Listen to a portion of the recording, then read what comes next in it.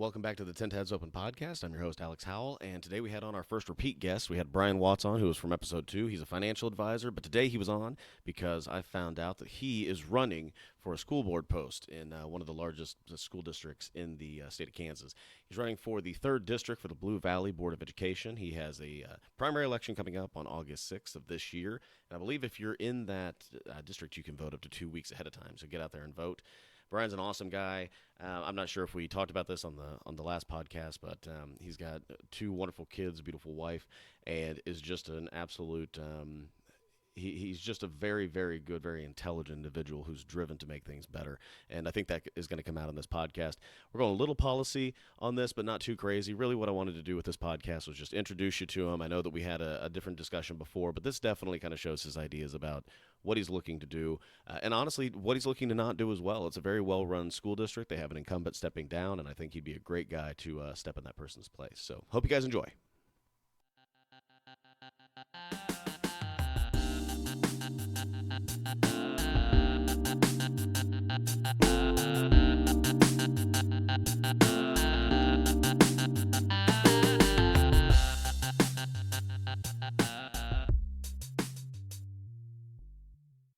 Mine. You gotta adjust it. All right, start talking real quick, sir, so I can measure. Okay, yeah, can you hear that all right? Yep, you're good. Okay, right, good. Cool. All right, so Brian Watts, episode 10. I've made it to double digits, which is awesome. I was a little worried about that in the beginning. But rather than me butchering the what you're running for, why don't you go ahead and say it? Sure, yeah. Well, first off, thanks for having me. I Definitely. appreciate it. Yeah. I appreciate the opportunity to talk about this because I think it's really important. But I am running for the Blue Valley Board of Education. I'm most specifically running for District 3, which is the southern part of the district, and I have found myself in a primary election. Mm-hmm. So, trying to get the word out. Yep. About what's going on. When is the primary election? So the primary election is August 6th. Okay. You can start early voting 2 weeks before. So what does that make that? Around the 15th, I guess, okay. of this month. So Gotcha. not too far into the future. Yeah. You can vote by mail-in ballot, or you can start going to the polls early. Gotcha. So what is the kind of the defining role of the position that you're running for? What are they doing on a day-to-day basis? What are they doing on a month-to-month basis? Yeah, so the Board of Education, essentially, their primary role is to hire and supervise the superintendent of schools. But it definitely goes beyond that. There's a lot of things the school board does not do, and the school board does not call off school for snow days. I think that's a big misconception. But that's our primary role, and they're also there to write policy to essentially make the best educational opportunity for kids in the district. Gotcha. And lastly, the job of the school board is to communicate and be the liaison between the superintendent and the public to make sure that they're well informed as to what's going on in the schools. Gotcha. But ultimately, it's a job that is centered around providing what's best for students. Gotcha. And so Blue Valley School District is the largest in the state of Kansas, right?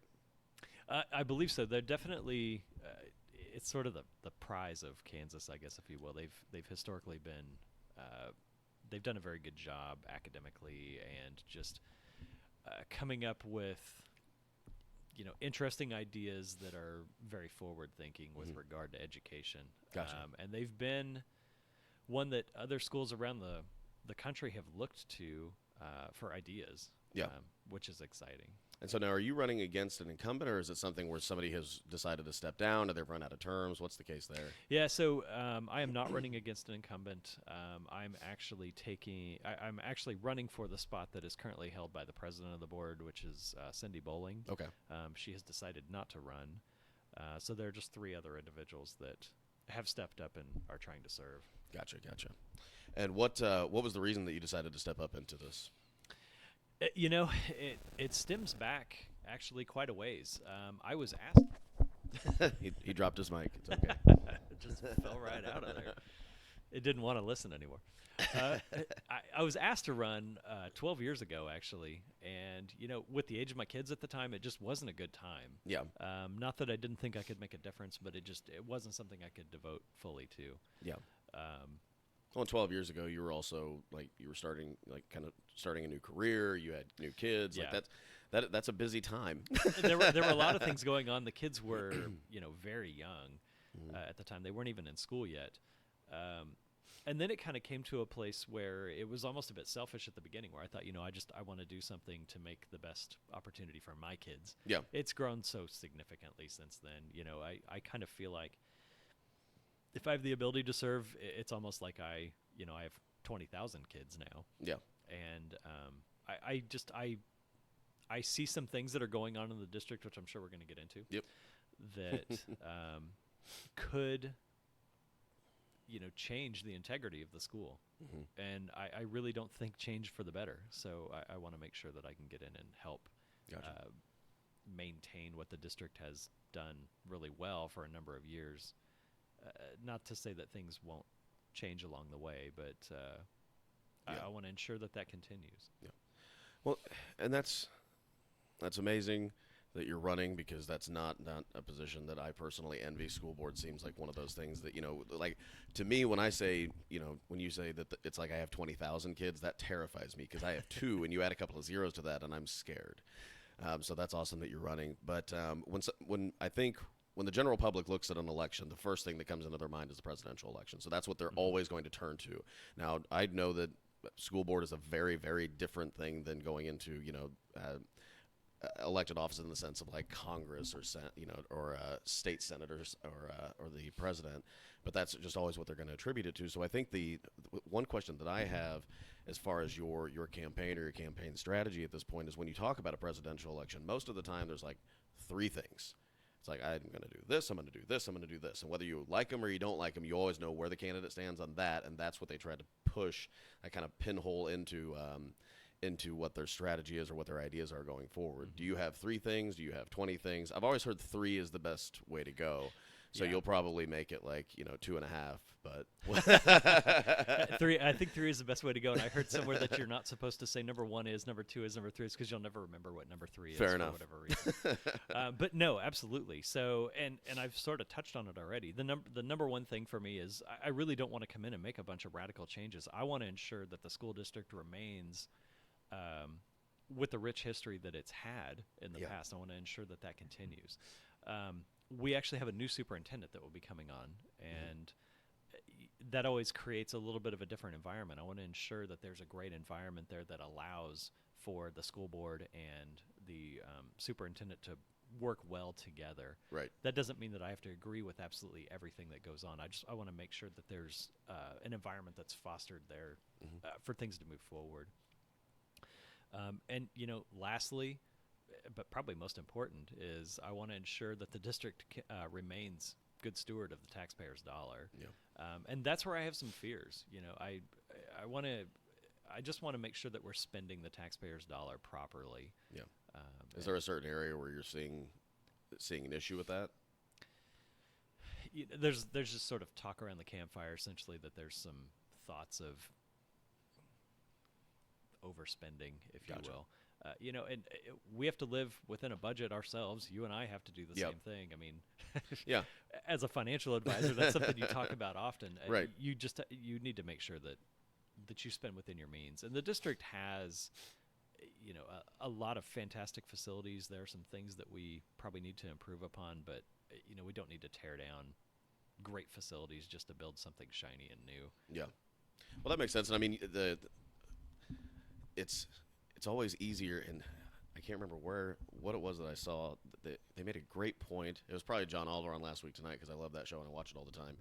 But I remember he was talking, I think it was the infrastructure show, where he was talking about the fact that when you maintain something or when you simply renovate something, you don't really ever get a ribbon cutting ceremony. But if you knock it down and rebuild something that's shiny and new, you get to do a ribbon cutting ceremony. And there's nothing the politicians like more than that, even though just keeping the same thing could work just as well, or adding on or resurfacing, whatever it might be. I mean, I saw that at my high school. I mean, I went to Ray Peck.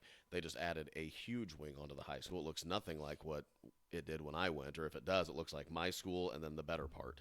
But I think you can add on stuff like that. So your kind of main mission is, and I know you said it before, but your main mission is, let's make sure that whatever the money we're spending goes to help the kids, not extra money just so that we can show off. Is that the idea? Yeah, no, I think that's a really good point. That is what I'm trying to say. Yeah, I actually spent a large number of months. I filed back in January for election, and I spent the first few months just touring any school that would allow me in. And the principals of the district were fantastic to allow me to do that. But it gave me a really good perspective as to, each school has a different struggle, and whether that be with the actual infrastructure itself or it be with that they need some certain specialty area that maybe they don't have enough of. Whatever. Everybody is dealing with their own thing. Yeah. And some of the schools that I sort of thought might tell me, we really need a new facility. They have said, we really are very appreciative of the spaces that we have. This is an old building, but they built old buildings to have larger spaces than maybe they do now. We don't want anything different than that. We really appreciate what we have because we're able to utilize these certain spaces in different ways. But that gave me a good perspective as to maybe what the needs are. And it also sort of would shine some light on, I guess, maybe the fourth thing that I didn't talk about. I know you're going to stick with 3. Well, I set you up for failure on that one. No, I mean, 3 really is 3's the attention span essentially. But the fourth piece of it would be that districts go through something from time to time where there's sort of splintering of the district. There becomes the desirable area of the district and the less desirable area of the district. And that's a fear that some of the principals have out there. Gotcha. And that's going to take a lot of oversight over the next 10 years to ensure that we're not doing. And I wouldn't have had that perspective had I not. Well, that does make a lot of sense. How do you, you're 2 separate pieces, but at the same time, you're also representing, wherever your area touches, Overland Park, you're also representing the city of Overland Park. How does the school board work with the other elected officials? How does the school board work with the municipality that is Overland Park? It's a really good question. Everything sort of intertwines, everything. And it's the same thing with the work that you do with the individuals in Topeka. It all everybody sort of has to work collectively in a way. Yeah.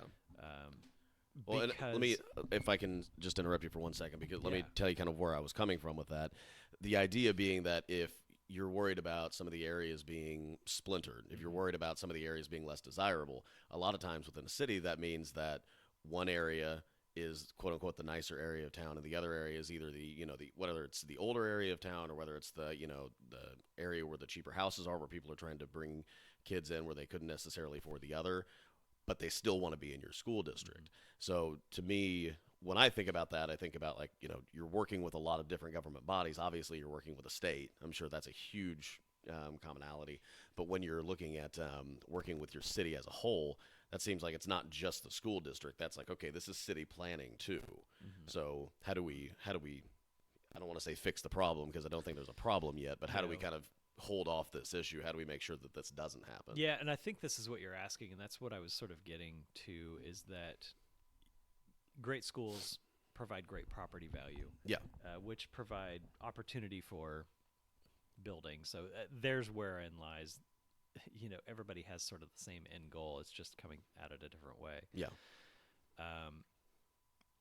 And how do you fix the problem? I don't know if I know the answer to that. I don't know if anybody knows the answer to that. And I don't know, like I said, like you had said, I don't think there is a problem necessarily, but it could eventually happen at some point to where everybody just continues to move south. Yeah. To try to stay where the money is, essentially. Right. I think what you do, though, is you provide a fantastic product, which provides great property value because people want to be there. Yep. Supply and demand, obviously. Which I'm sure the mayor loves. Yeah. Because it provides other opportunities for business owners to come in and the like. Yeah. So ultimately, everybody really has the same goal where they do need to work together. But as far as how do you maintain that, I think that's something you just have to be vigilant of. Gotcha. And when I think of Overland Park, especially in Kansas City, I think of just the massive, and again, this is from financial advisor, real estate, and everything else that I've done.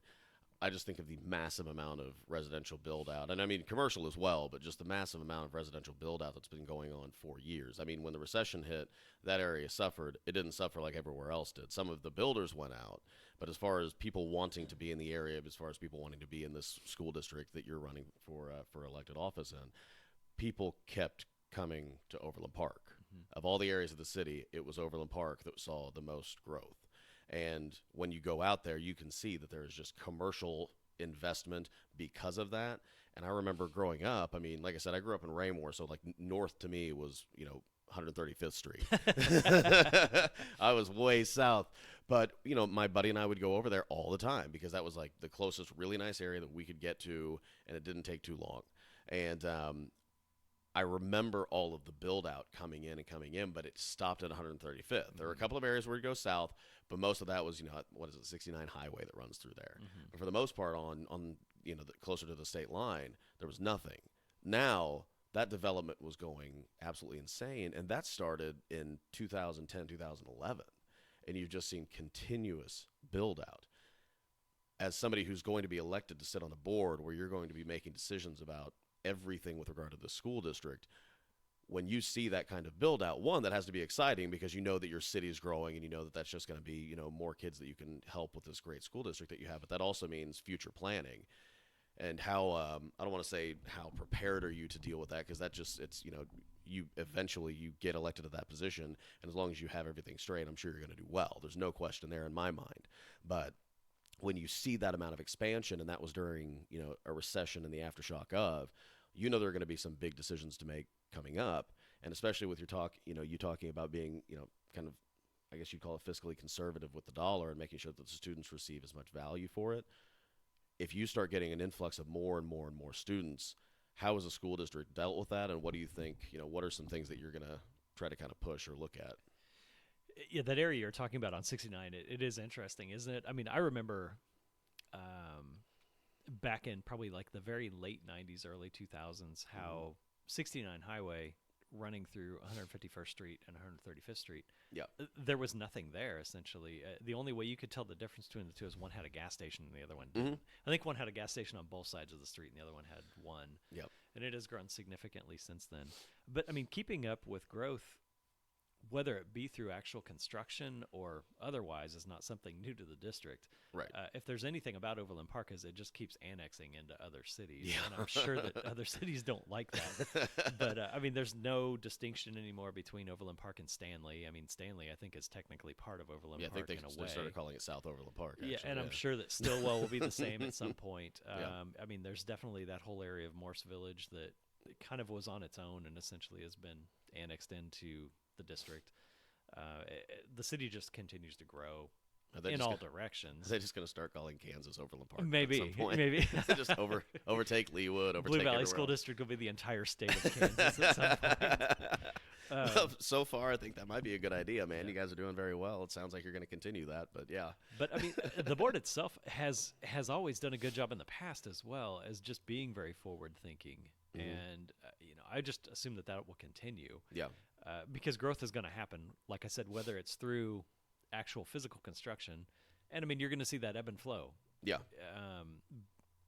Or whether it's just through, hey, we're just taking over. We're just going to. This is now our land. Yeah. We were talking about Hamilton before. It's like that going on just in Overland Park. Yeah, in exactly. But no, I mean, you just have to always be thinking forward, and I mean, that's how my brain is wired anyway. I'm already talking about the fact that. You want to make sure that the district doesn't splinter. Well, it's not splintering right now. Right, but you want to think about it. You want to make sure that you just always want to make sure that you are mindful of these things that are going to probably come up. I mean, sooner rather than later. Well, speaking of coming, I mean, come on, man, it's just water. Stuff. Yeah, those are very nice Game of Thrones coasters. They're not exactly the best at, let's say, absorbing anything, but I keep them around because Game of Thrones. They are very cool. Exactly. So when you're talking about, kind of forward thinking, you're talking about the city, you're talking about expansion. One thing you've said that you were in the schools, but as far as like talking to principals, I'm sure that is a very different conversation. Or talking to other, board members, that's a different conversation than talking to the people that are actually on the ground, not just the kids, but also, most especially their parents, because they're the ones that are making all the financial decisions. Those are the people that ended up buying into the district a lot of times for that district. Yeah. So when you're talking to them, what are some of the because and maybe I'm naive enough to think that most people are like me and they wouldn't necessarily think these things, but I don't think I would probably look at this situation and say like, well, obviously I need to make sure that the money is going here, here, and here, because I've been looking at the school district's budget for the last 10 years and I'm not really comfortable in the direction it's going. And I'm not saying you're saying that, but the average voter is not going to look at those things, is my assumption. No. What do they come up to you and say? Like, what is the question when they say, okay, I'm thinking about voting for you, but I need an answer to this? It's interesting that you say that, because I don't know that there really is a very strong opinion one way or the other. Yeah. The district itself is not on fire. Right. On the outside. The district is run well. The schools are run well. Yeah. And there's a good product, essentially, that's turned out from them. So the idea that the biggest thing I'm actually going to face is getting people to come out and vote. And that's where I hope everybody listening will help me in that sense. But, August 6th, primary. voter turnout in this type of election is, I believe that I had read, I know for the district as a whole, there's 91,000 voters. For the South District, I believe that number is somewhere in the 40,000 range. Okay. Voter turnout for this type of election is historically incredibly low, somewhere in like the 300 to 400 votes range. So every vote counts. That's why this election is different than most. Yeah. It's tough when you live in Kansas like I do to feel like your vote really counts towards, a presidential election, because for the most part it's decided. For the most part, it's decided through Yep. the Electoral College, and I mean, I don't know if Kansas has ever voted blue. I'm not sure. No. Yeah, I don't know either. It hasn't, at least in my recent Yeah. recollection. So the biggest issue I'm going to have is people actually coming out to vote, and they don't have a huge reason necessarily to vote, other than the fact that if they don't, it's going to be decided for them by the few that do. The incumbent is not going to take the seat back over again. Right. So there is going to be a change. But and I started going on a tangent. I don't remember what your question was anymore. it was so good. I get that's the one thing that is. Well, it's tough really on these important kind. to me. Yeah. Well, it's tough on this kind of conversation, because I mean, the whole point of the podcast is to have a long form conversation, so the things kind of naturally come out. I mean, you kind of organically have a conversation. You have a conversation of mind that you're going to have, and then things kind of organically just pull out from there. And I think that that's a positive thing, especially in something like this, where people are trying to figure out exactly who you are and what to vote for. But I mean, so if that's what you asked, yeah. So if that's right. My question had to do with what are parents coming up to you and saying, and the idea that the district isn't on fire. I 100% understand that. It's one of those, like, you want to come out and just say, like, don't expect anything different. Well, and I actually do have a thought on that now that you say that, and this is where I was going, but I got on my little tangent about voter turnout, which is a real piece. Yeah, well, and anybody listening to this podcast is like, oh, you went on a tangent? Have you listened to the guy you're sitting across from? I've listened to this podcast. I understand. Exactly. But it's interesting, because what it seems the trend would be is that people are relatively happy until their children hit high school. And that's when, if you really think about what you were going through at that point in life, you were going through a lot of changes. Yeah. And some of those changes were you're becoming your own person, and you weren't necessarily involving your parents as much as at that point. Right. So I think that parents sometimes get blindsided with things that are going on in the school at that point. The school district has a big issue with vaping, the vape pens, electric cigarettes or whatever. And that's been the biggest concern. The district has really been on top of it, but what are we going to continue to do to make sure that, we're sort of nipping this thing in the bud, if you will? Yeah. And right now the district is kind of subject to whatever the law is, which it's not a very expensive fine if you're caught with a vape pen and you're too young. It's like $25 or something like that. Yeah. And that's been the biggest concern. That and, education has changed a lot since you and I went through it. And I don't know, maybe since I went through it, you're a little bit younger than I am. Maybe you experienced this, but I certainly didn't. And education is not something that really happens to the student as much anymore. You don't just come in and sit down and you're sort of talked at by the instructor and then you're said, here's the test, take it. Mm-hmm. I think we've learned a lot since I went to school about the development of a human. And, there are a lot of mental health challenges that we all face. No one necessarily knows what's going on behind closed doors at everyone's house. And education has done a lot to try to, there's a fine line between just straight education and the development of a human, essentially, at this point. And that's been the other thing that parents have talked about. They feel like that there are good counselors in the school, but we just need more. Yeah.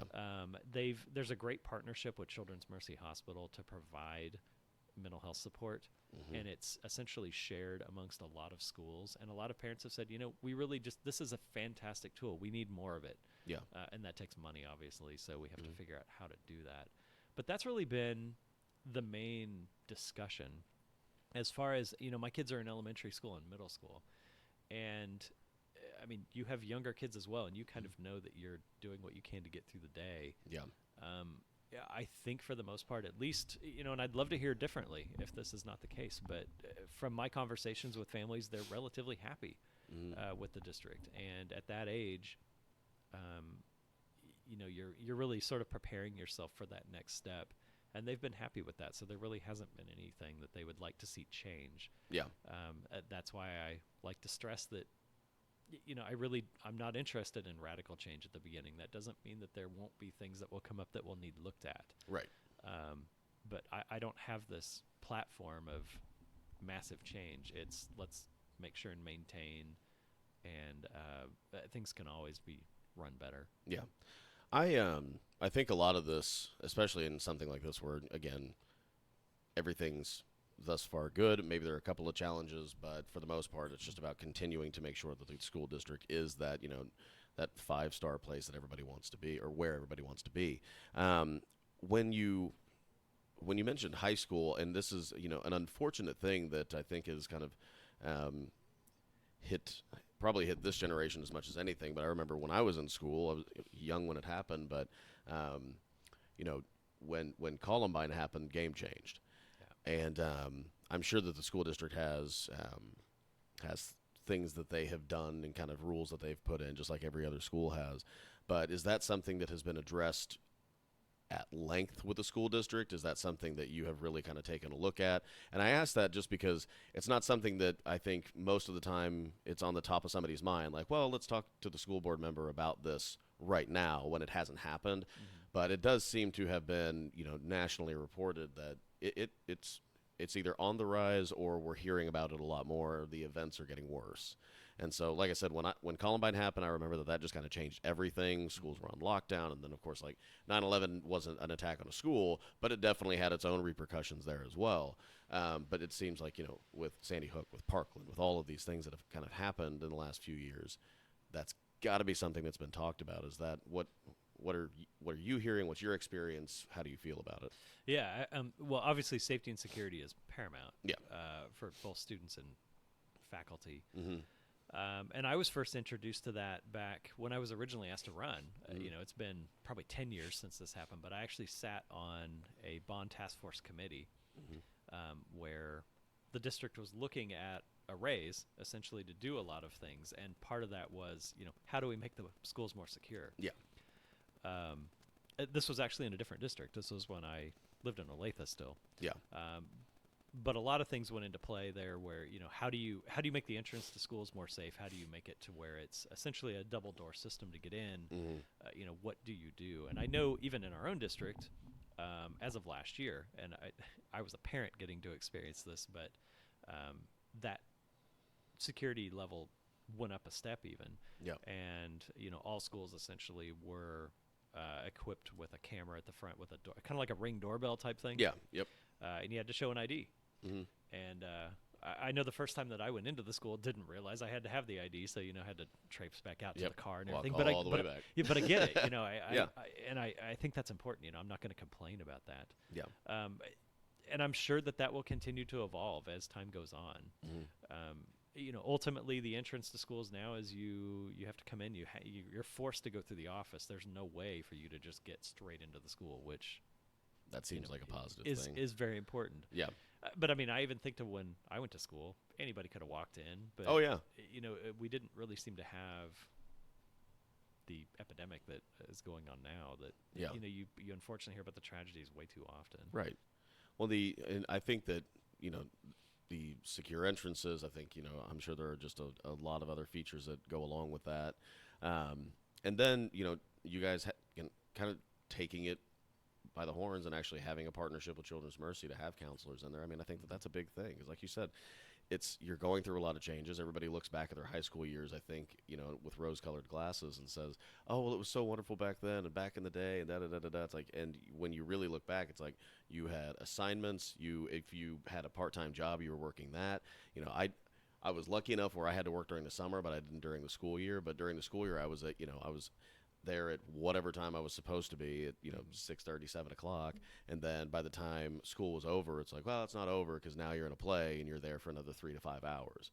So I mean, it's an intense schedule, and then on top of that homework, on top of that hormones and everything else, I think it's a positive thing that you guys have done that, and I'm glad to hear that you're continuing that.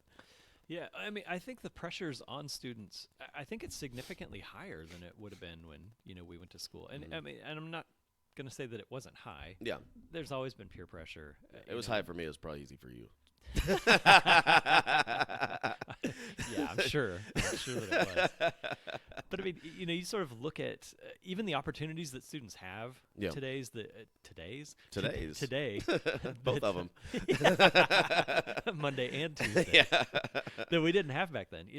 The opportunity for sports, and we were talking about being in a play. I mean, my kids are very involved in the arts, and the opportunity to participate at a much earlier age is there, but I think that does provide a lot more pressure on kids to know what they want to do at such an earlier age because they're going to be behind. Yep. On top of that, you add the pressures of social media, and I know you've talked about this in the last couple podcasts. Yeah. But if you're being bullied at school, you can't get away from it. It's always there. Yeah. You go home and it's still there. Yeah. Home is no longer that safe place. And I mean, I think that's part of the reason why, having people to talk to or having, professionals in the schools that can maybe identify what's going on in a student's life and intervene and help is so important. Mm-hmm. But yeah, I mean, it's tough to be a kid. Yeah. And I feel kind of weird using the term kid. I actually had a conversation with somebody about this the other day, and I tend to use student more often because I feel like not only do kids have the opportunity to do a lot more, but I think we're also realizing the potential of younger people now that that you can't get away anymore with they're just kids, they don't have any ability. Yeah. That's not the case. And my son has, if young man syndrome is a real thing, he has it. He does not like to be treated like he's young at all. So I call him student, I guess, more than kid. So I'm not trying to be uppity. That's just the term that I use, and it's his fault. Yeah. Well, did I ever tell you that I got I was probably like first generation cyberbullied when I was in high school? Uh-uh. Yeah. Well, yeah, because you would have had that opportunity, and I Mm-hmm. I discovered what the internet was like my sophomore or junior year of college. Yeah. So there was this God, I don't know what you'd call it, like kind of online blogging platform called Zanga. Okay. Do you remember that? No, I've never even heard of that. It was XANGA. Is it like Jenga? Yeah, pretty much. No, it was That's XANGA. Jenga, isn't it? Yeah, and a few kids had them. I don't think many did. It was just kind of one of those things that you'd go on, and it was kind of like an online diary or online journal. But it wasn't like a Facebook. Or No, it wasn't like a MySpace or Facebook. You anything. pretty much just had like your page. Okay. And you didn't have like a friends list. You couldn't message back and forth. You had your page and you could write stuff. And like I think my girlfriend in high school at the time had one. So of course, like I was like, I need to have what she has, and so I got on it too. And there was a kid. I won't get into the details of what occurred, but there was a kid who did not like the fact that I can't remember if it was like a girl that he was dating liked me or something like that. But it was just a dumb high schooler thing. But I got on there at one point. And I don't even know how I found it. I think maybe they liked one of my posts just to show that they'd created this page, but I had a friend that called me Xander. That was just like her name for me was Xander, and so I saw that this page had liked, and I was like, what? It's like it says Xander is gay. Like, what the hell? So I go onto this page, and there were posts from like the previous month saying horrific things about me. And I mean, I'm talking about like stuff that at the time in high school, I was just like, like, if I saw it now, I'd be like, whatever. But it was just like, I was very put off by some of the things they were saying that I did or that I do or that I was like, just imagine the worst names you can call somebody. And that was pretty much it, and what I could do and where I could insert it and that kind of thing. And I'm getting like my blood pressure's going up now talking about it because it made me so mad. Sorry that I'm bringing the anxiety out on you. No. But it's, I mean, and I'm just trying to give a story because it's, I lived it. But I, I just kind of tried to hold it off forever. But then they just started getting really like kind of like, here's what we're going to do to you kind of thing. And at the time, they knew I was reading it, and I had a couple of people that I knew who it was, and so a couple of people kind of went up and said something. But then he started confronting me in person, and it wasn't anybody I was intimidated by or anything like that. It was just kind of a person that I just looked at and was like, there's no fear that I have about you as an individual.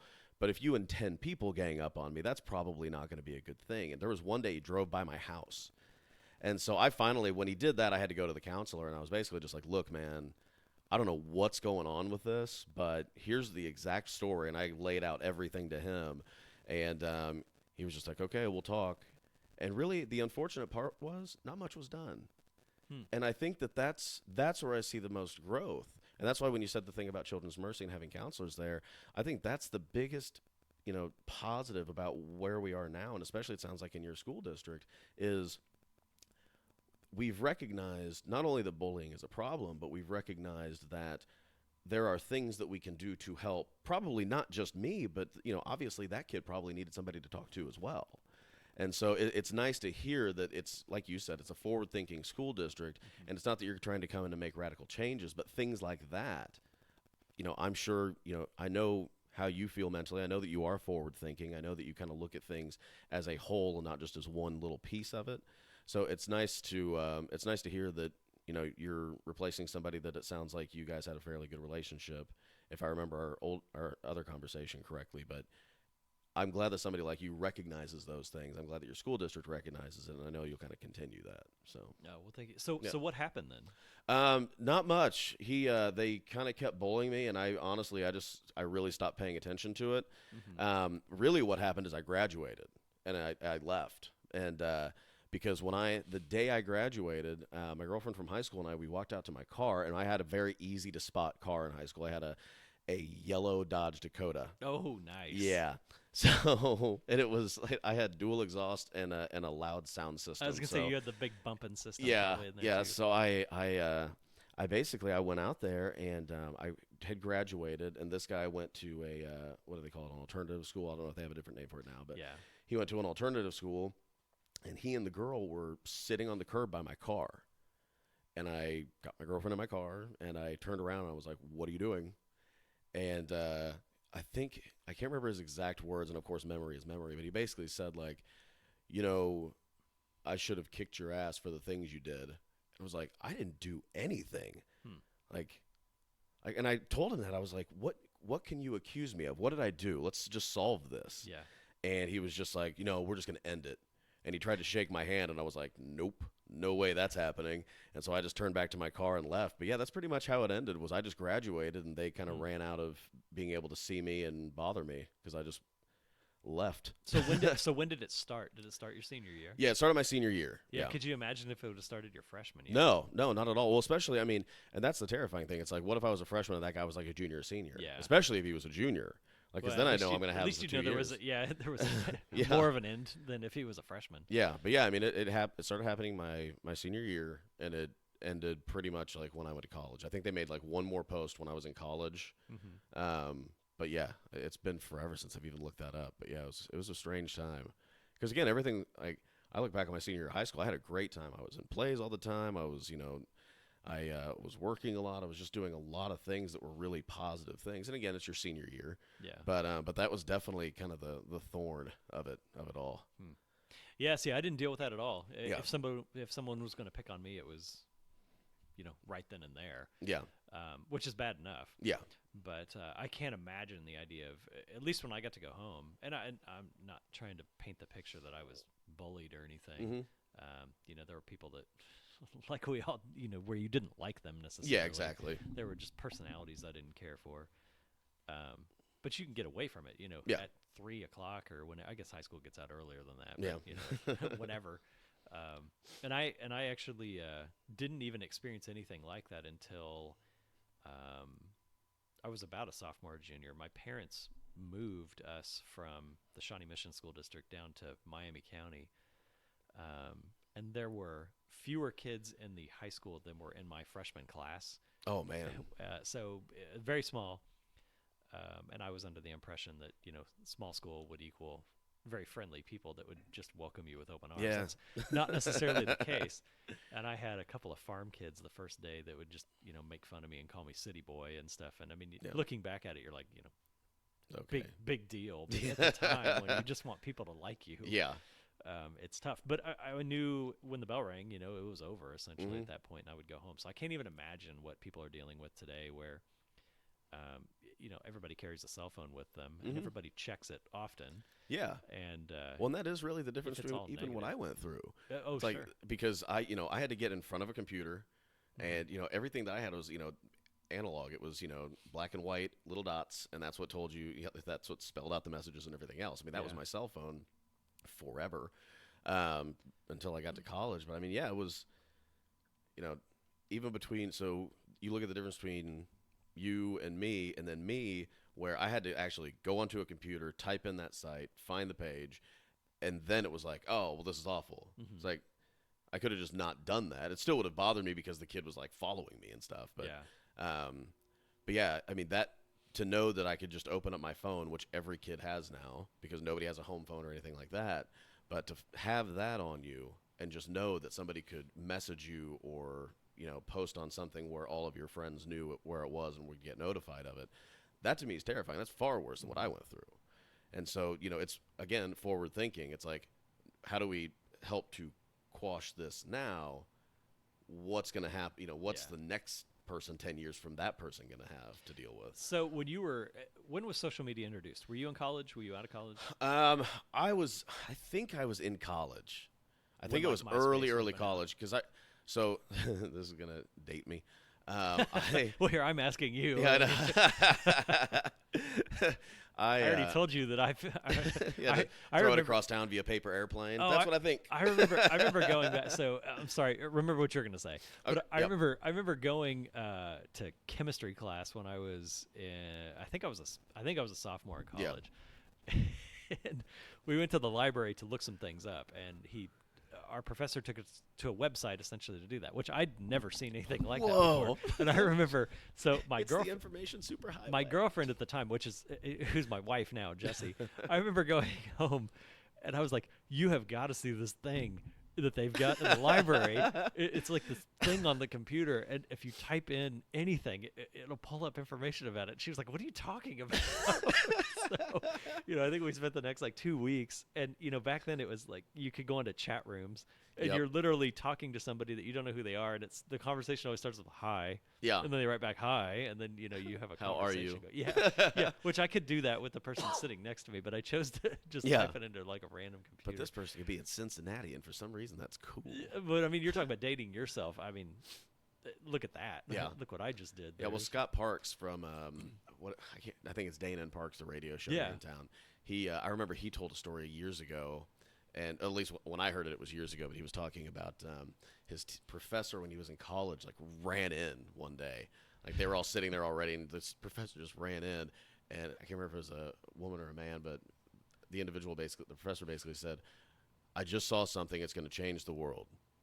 And they're kind of like, "Okay, that's weird." And she's like, "It's called Was the it a flying car? It's called the information superhighway." And he's like, "She was right, but also very wrong." Yes, but we call it the internet now. Yeah. And there it is, right there, everywhere. But no, my dating, it was like one the Oh like yeah, the the modem. the dial-up modem and everything like that. But my like my Facebook Messenger or text message for a long time was I'd get home, get on the computer, and rather than call because that's old and boring, I'd get on AOL Instant Messenger, just like all of my friends were on. So it's like you'd have like 10 windows going of talking to your friends. And my parents, who now I think talk to people via Messenger more than I ever did at the time, my parents would be like, "Get off the computer, it's wrong." It's like, you need to go outside. It was like, but all my friends are right here. And it was just like there's that generational gap between all of it. And then eventually it catches up and everybody gets on it. But yeah, it was like that. I mean, when I was first in college, it was MySpace. And I think Friendster was right before that. So I probably could have been on something like Friendster. But it was pretty much like AOL and whatever random crazy website you'd find where you could talk to people, which sometimes did not end up very good. Like going into chat rooms was just like the most terrifying thing that you could possibly experience for a while. It's like, I don't know why you're asking me these questions, but you need to stop talking. But I mean, it is interesting though because at least you embrace the technology. Yeah. And I mean, my hope for myself is that I can always do that. Yeah. This is a conversation I have with my wife a lot because she has already gotten to the point where she sort of wants to shun technology. And I just think, you're still very young. You're probably going to live a long time. Yeah. And the technology that we have today is going to be the dinosaur of technology in just a handful of years. Oh, yeah. And if you can't keep up with what's going on now, I don't know how you're going to function at some point in the future. No, and I got to see that a little bit last night. It was my son's fourth birthday party. He turns 4 on Thursday. We'll be on our way back from Denver at that time. So we had his party yesterday, and it was really fun. But a buddy of mine named Carlos came over, and they used to be our neighbors when we lived in Timber Hills. And that family is just absolutely amazing. Like, they raised a great daughter. He has a wonderful wife. I think they're going to have some foreign exchange students. They're part of a foreign exchange student program now, so they're going to have somebody there, and I envy that person because they're just going to have a great time with them. But he brings up, like, he's a real, like, he loves technology. He loves, like, just, like, his whole home is wired up to be smart and everything else. And so anytime I have a question, I ask him. And but he came over last night, and he had this box, and he opens it up, and what I figured he had was one of those things that you put your phone into, and it's like a virtual reality simulator. Yeah. No, it was one of the Oculus ones, like a self-contained virtual reality unit. Serious VR. Yeah, and so my wife and I did it, and the first game that we played, I can't remember what it's called, but basically you have these little handles, and first of all, when you put it on, it's like a flat screen, and there are just little cameras.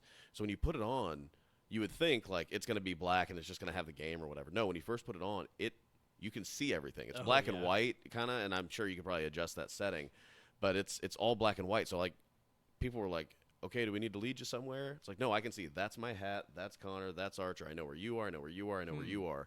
So I mean, it wasn't the best picture quality because that's not the point of it, but you can definitely see in front of you.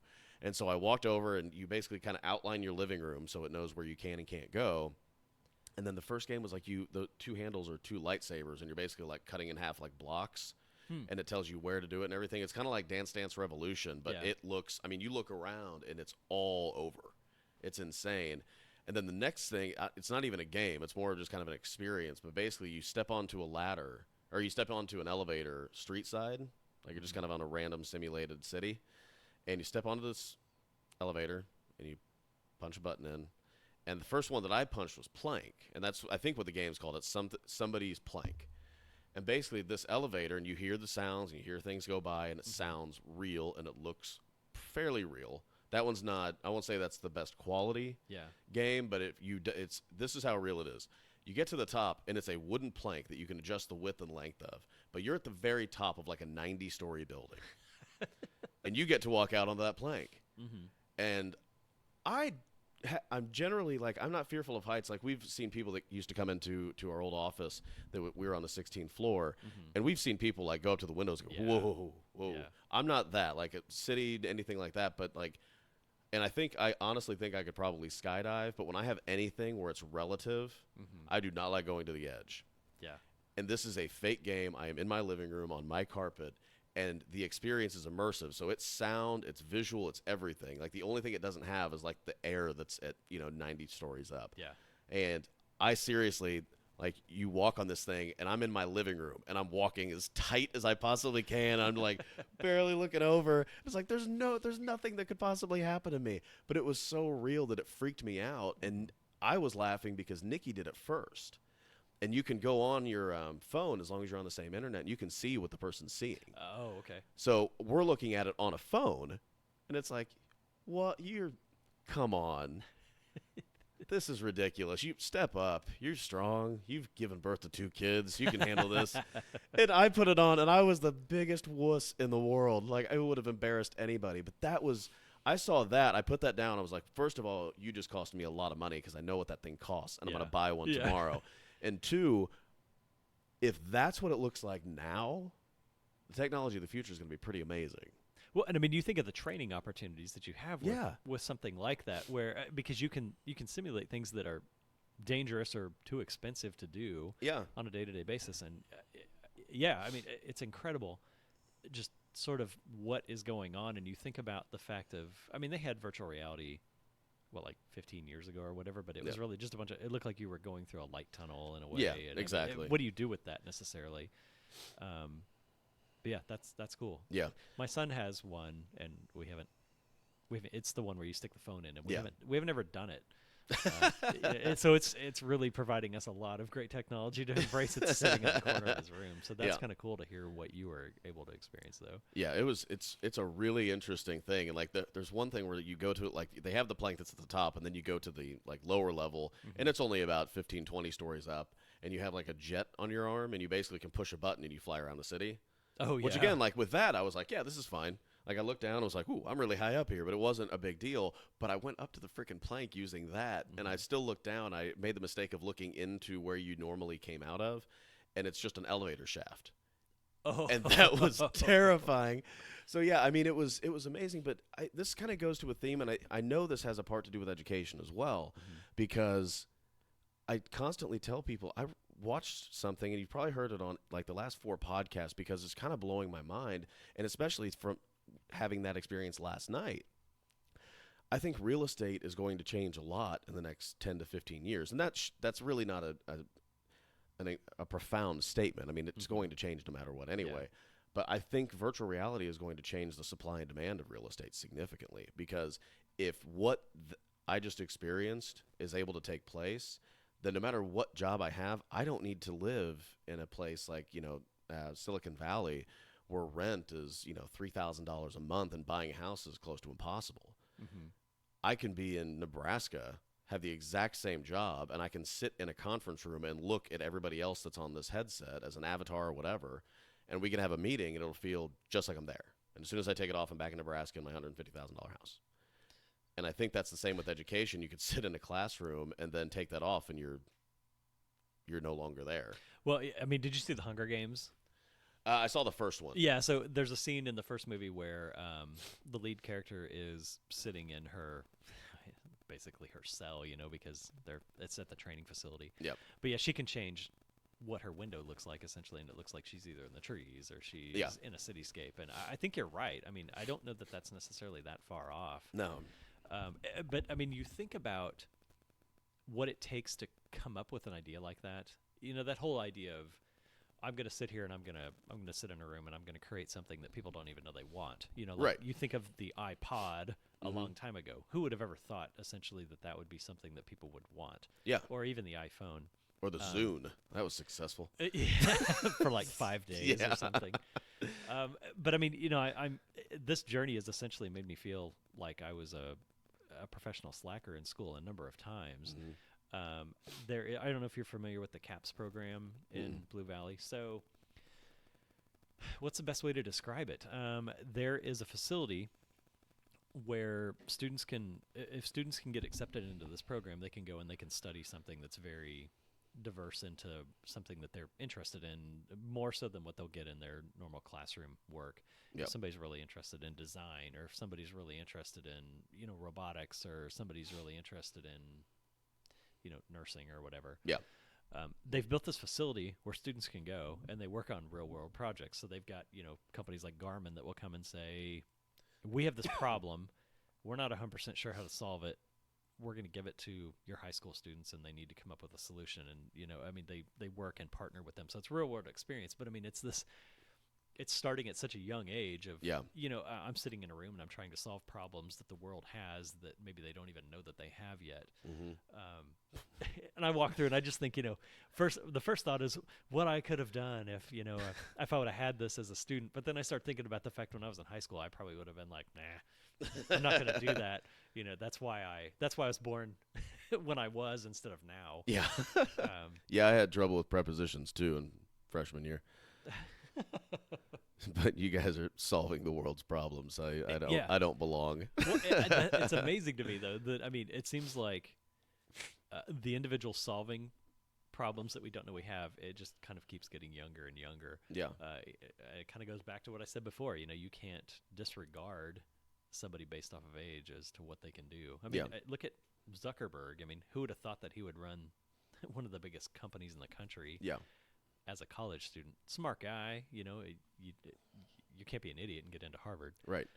But, being that much of a step above what everybody at the Harvard level even is, to be able to say, I think that this would be something that would be beneficial to connect people. We're going to start it here as a pilot, and then move on. And actually, I think it's funny. This is just a side note, but I just think it's interesting. So a friend of mine, Adriana Bates, she is mortgage lender, and she went to Brown, and she was part of the pilot project of Facebook. So basically she was a part of it when it was the Facebook. Oh, nice. So she's talked about like her login information and everything is still associated with that pilot piece. I don't know. That's just like a side note, but I always think that's cool. Oh, yeah. That you've got these little pockets of people that are She's like, why part didn't of I this get sort any of shares? social experiment that is now, this worldwide phenomenon. Yeah. She's probably now she has to listen to this because I talked about her. I talking her up on the podcast. That's awesome. Yeah. Hopefully she got some shares out of it. Yeah, I don't think she got any shares. That's unfortunate. She just gets the story of saying I was part of the pilot project. Come on, which is Zuckerberg. cool enough. Yeah, to me it is absolutely amazing what this is doing, because I feel like I was kind of the youngest generation, because I remember being in elementary school when we went from MS-DOS, green screen, and Oregon Trail to Windows 95. Yeah, I remember that transition. The exciting games were all in script. It was all you just have to read what you're doing. Yeah. Well, speaking of like things that you're asking, kids to do at a young age, like the weirdest thing to go back and think about when you're looking at Oregon Trail is you had to write, what is it, your epitaph? Like you had to write what was on your never headstone. Played that. Oh, you didn't? So no, I've so heard of it, but yeah. I was too busy playing Where in the World is Carmen Sandiego. Yeah. Oh, played that too. Yeah. I just liked Oregon Trail better before I knew what dysentery actually was. No, it's a game of learning. Exactly. Yeah. But yeah, when you die, or when somebody in your party dies, when it says like, Brian died of dysentery, you get to write what's on their headstone. Oh, really? Oh, yeah. So when you're doing it at the time, you're just goofy and you're, in elementary school, so you're like, he pooped his pants. But when you grow up and you think back to it, it's like, I wrote what was on people's headstones. That's a little terrifying. I don't know if I like that anymore. That was the training of that game. Exactly. It was one specific job. Yeah, exactly. So yeah, it was just a very interesting thing. But I do remember when I think they did it mid-year. They brought the MS-DOS. They took the MS-DOS computers and they brought in the Windows 95 IBMs, and it was absolutely amazing. And you went to all the different sites that you could. I remember somebody typed in whitehouse.com, and that was a terrible experience for that person because they didn't realize what that used to be. Yeah.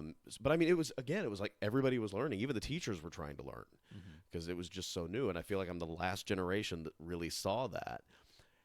But it's interesting to me now because all the kids that are, especially elementary school kids, but even the high school kids, they have been raised 100% smartphone, internet, social media. They've been programmed throughout that entire span of their lives.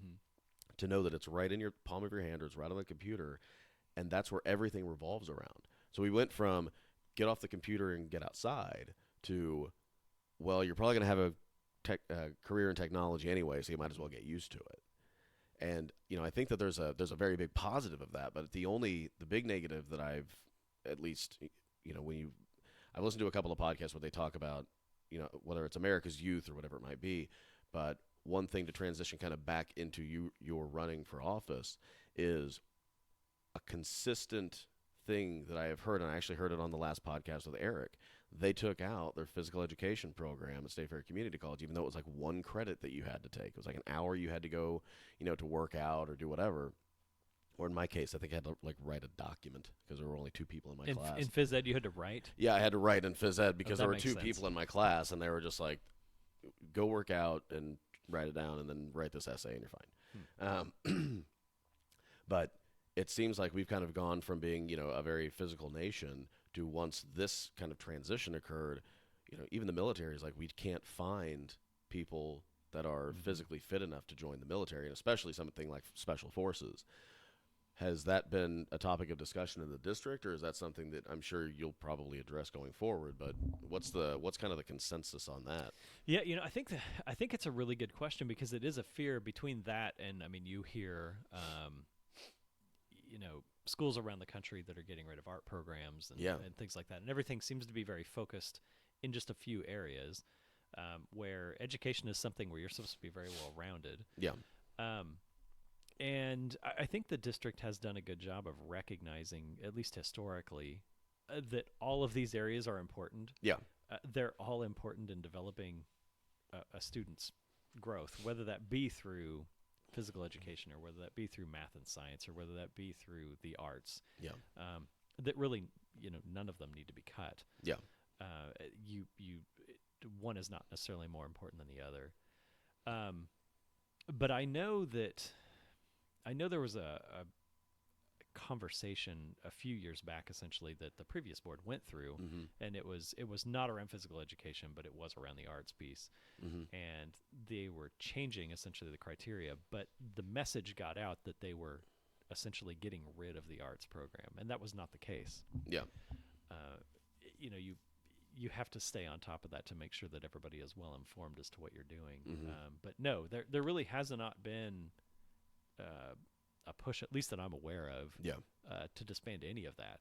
Yeah. It's all important. The only thing that I've noticed that's different is that, and I'm not even really sure the rationale behind this. The only thing I've really heard with any type of physical education is that it's no longer called recess anymore at the elementary school. What? No, it's called like an exercise break or something like that. So I almost think they're trying to move into your mind just that much more, that this is a time to move and to be active, right, versus sit in the corner and trade Pokemon cards or something like that, which I'm sure still happens, but even just in the naming essentially of that. So my son just went to middle school last year. He finished his first year of 6th grade. He's getting ready to go into 7th, and there is somewhat of a drop in physical activity at that point because you don't have recess anymore, or whatever it's called. You move into, you actually have PE, but he only had PE 2 quarters, so basically half of the year. Gotcha. And you can take it more often than that, but so I guess you see a little bit of a decline there. But if you think about how long was your recess? It was probably 15 minutes or something. I'm like sure. that. Yeah. When you get a full hour, I'm assuming that it accumulates into the same amount of time. Yeah. But no, I think it's a good question. It's something that you have to always be mindful of the fact that, whether it's sports or, musical theater or, anything like that, that it's all important. Yeah. Well, and I do feel that right now I think part of the problem is balance with regard to how we handle a lot of things in our lives. And what I mean by that, to kind of clarify, is, with kids, I think that they need to be exposed to technology in a significant way. I think it needs to be a big part of their lives because they're going to rely on it for the rest of their lives. And it's going to play an important part, and probably, it's going to continue to be it's going to continue to have a bigger and bigger role in their lives. I just saw that we have a there's a car company now that you can like just buy it and they deliver it to you, and I can't remember what it was called. I'll have to look it up. But and then there's It's like not the car vending machine. and, that, is it? and yeah, that was what I was about to say. And then there's like a car vending machine. It's like Yeah. so. I mean, you can basically buy one, buy the other, buy this online, have it delivered to your front door, and never see the person outside of signing for for Yeah. the car by the delivery driver. But so I think there's definitely a big piece where kids have to be around it. They have to kind of understand it. They need to be taught early and taught often. But I think the other part of it is when you're looking at this as kind of a holistic strategy, we'll say. Um, when you're talking mental health, when you're talking lack of exercise, I mean, I'm sure that the conversation has also been, especially with the previous first lady and Michelle Obama. There was, I'm sure, even more conversations about eating healthy and what that costs the district and everything else. But it does seem like, not just with kids, and it's not like it's the school district's responsibility to raise a child, but very often I think parents kind of lean on that a little bit heavier than either they should or than they know that they are. Maybe that's the right way to look at it. But with regard to the entire strategy, to me right now what we're dealing with is a lot less physical activity than there ever has been before. A lot more technology, which is both positive and, because of the other thing, negative. And then between diet and everything else, like, that does seem to play a part in mental health. And kind of going through that and looking at that entire sphere, I mean, that's I assume, outside of hiring a superintendent or whatever the other cases may be, like that's the complete focus. If your focus is truly, like you said, you're concentrating on the student, on the students themselves. Like, that's just one thing that I look at and say, like, okay, that's got to be a heck of a balancing act for a school board to look at, because I'm sure a lot of those conversations aren't, they're not putting that on teachers, they're not necessarily putting that on principals. It might be on the superintendent, but it's got to be a conversation with the school board of how do we achieve, as you've said before, these kind of long-term strategies while making sure that we're also taking care of the students in the 7 hours a day that we have them. So, I mean, there's not really a question there as much as, is that something that you've thought about and kind of really concluded, like, I mean, obviously you're running, so you've concluded that you're ready to take it on. But what was the process of that? Because that's a big responsibility to have, knowing that it's not just, I'm elected, hooray, I'm going to help the superintendent make decisions. It's, I'm elected, holy crap, I have 20,000 kids. Yeah, I mean, it is interesting because you touched on a lot of things that schools are dealing with now that they weren't in the past. I Yeah. mean, you think about, did you ever see the show that Jamie Oliver had, that Food Revolution show? Where No, I didn't see that one. So I remember seeing previews for it, but I didn't see it. So Jamie Oliver is a British chef that basically came to the United States and he said, I'm going to look at, what are the most obese cities in the nation, and I am going to try to make a difference there. I'm going to go to the school boards and I'm going to try to change the actual food. British people always coming over and telling us negative things. Just trying to trap the colonials again. There's the Hamilton conversation. Exactly. Once again, with the price of charge on the price of tea. But basically coming over and looking at what the school menus are. Yeah. And then, really trying to make a difference there. Well, I mean, that wasn't something that you would have even dreamt about having to deal with, right. 20 years ago. You're trying to run a school district, and you were just lucky that you were providing food. Yeah. But I mean, you think about the fact that there are some kids that's the only meal they may get in an entire day, and it's also setting the standard or the precedence, I guess, for what they're going to be like as adults. Yeah. What do you eat now, and are you provided with something of good quality and fresh? And so there are a lot of issues that will continue to come up over the years as we evolve as a species, essentially, and learn that there are things that we could be providing that we weren't before, that our predecessors didn't really have to deal with. I'm actually excited about that challenge because there's only so much you can do to make sure that math is taught properly. Yeah. And I mean, that's going to change over time. But, what else can you do? And I'm not suggesting, I don't want to give the impression that I'm trying to say that the school should be, and you kind of touched on this, the school shouldn't be the parent. Right. The parent should be the parent. But there should be a really good partnership between the two. Yeah. Between the parents and the schools to provide the best outcome. I mean, it's like anything, essentially. when multiple parties are working in concert, the outcome is better for the person that Right. you're serving. It's not any different here. And I mean, yeah, I've put a lot of thought into it. And the thing that I'm always wondering, though, is what is that next, groundbreaking item going to be, that we will be saddled with to try to solve. Yeah.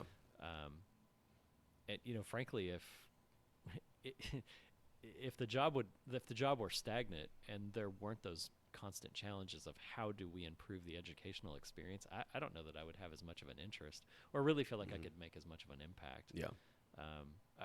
You kind of talked about this before, and we're lucky that we've known each other for a while, so you know how my brain is wired. Yeah.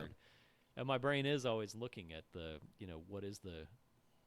if we do this now, what is the outcome 10 years from now? Yeah. If I do this now, is this actually something that will benefit students not only today but into the future, or is this something that's a Band-Aid fix? Yeah. Not necessarily interested in the Band-Aid fix unless there's no other alternative at the time. Gotcha. Does that make sense? Yeah, no, it makes sense. I mean, and it's a good thing because a lot of times, especially we talked about the school shootings earlier, and and it sounds weird to say, but because I don't want to put these things together because they are obviously very much not the same. But like the eating healthy thing, when you have a person with so much influence that wants everybody to kind of change the way that they do things. Yeah.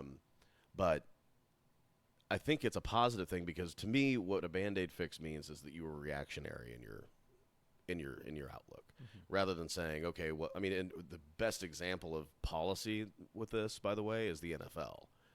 The NFL has some of the most reactionary policies that I've ever seen. It's like, and they never seem prepared for it, and it's the strangest thing.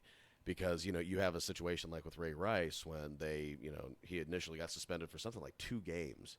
And then they found the video, and it was obviously way worse because somebody found the video and you saw him just completely knock out his girlfriend at the time. But what always amazes me is they said, he was arrested for domestic violence or assault or however it was classified at the time. But he was arrested for the action that he performed for 2 games. Tom Brady was suspended after a just ridiculous investigation for 4. A football that wasn't filled up all the yeah. way. Well, and the funniest thing to me about the football issue, the Deflategate, and it's not like I'm Tom Brady's biggest fan. Yeah. Especially after last year. But freezing my butt off in that game.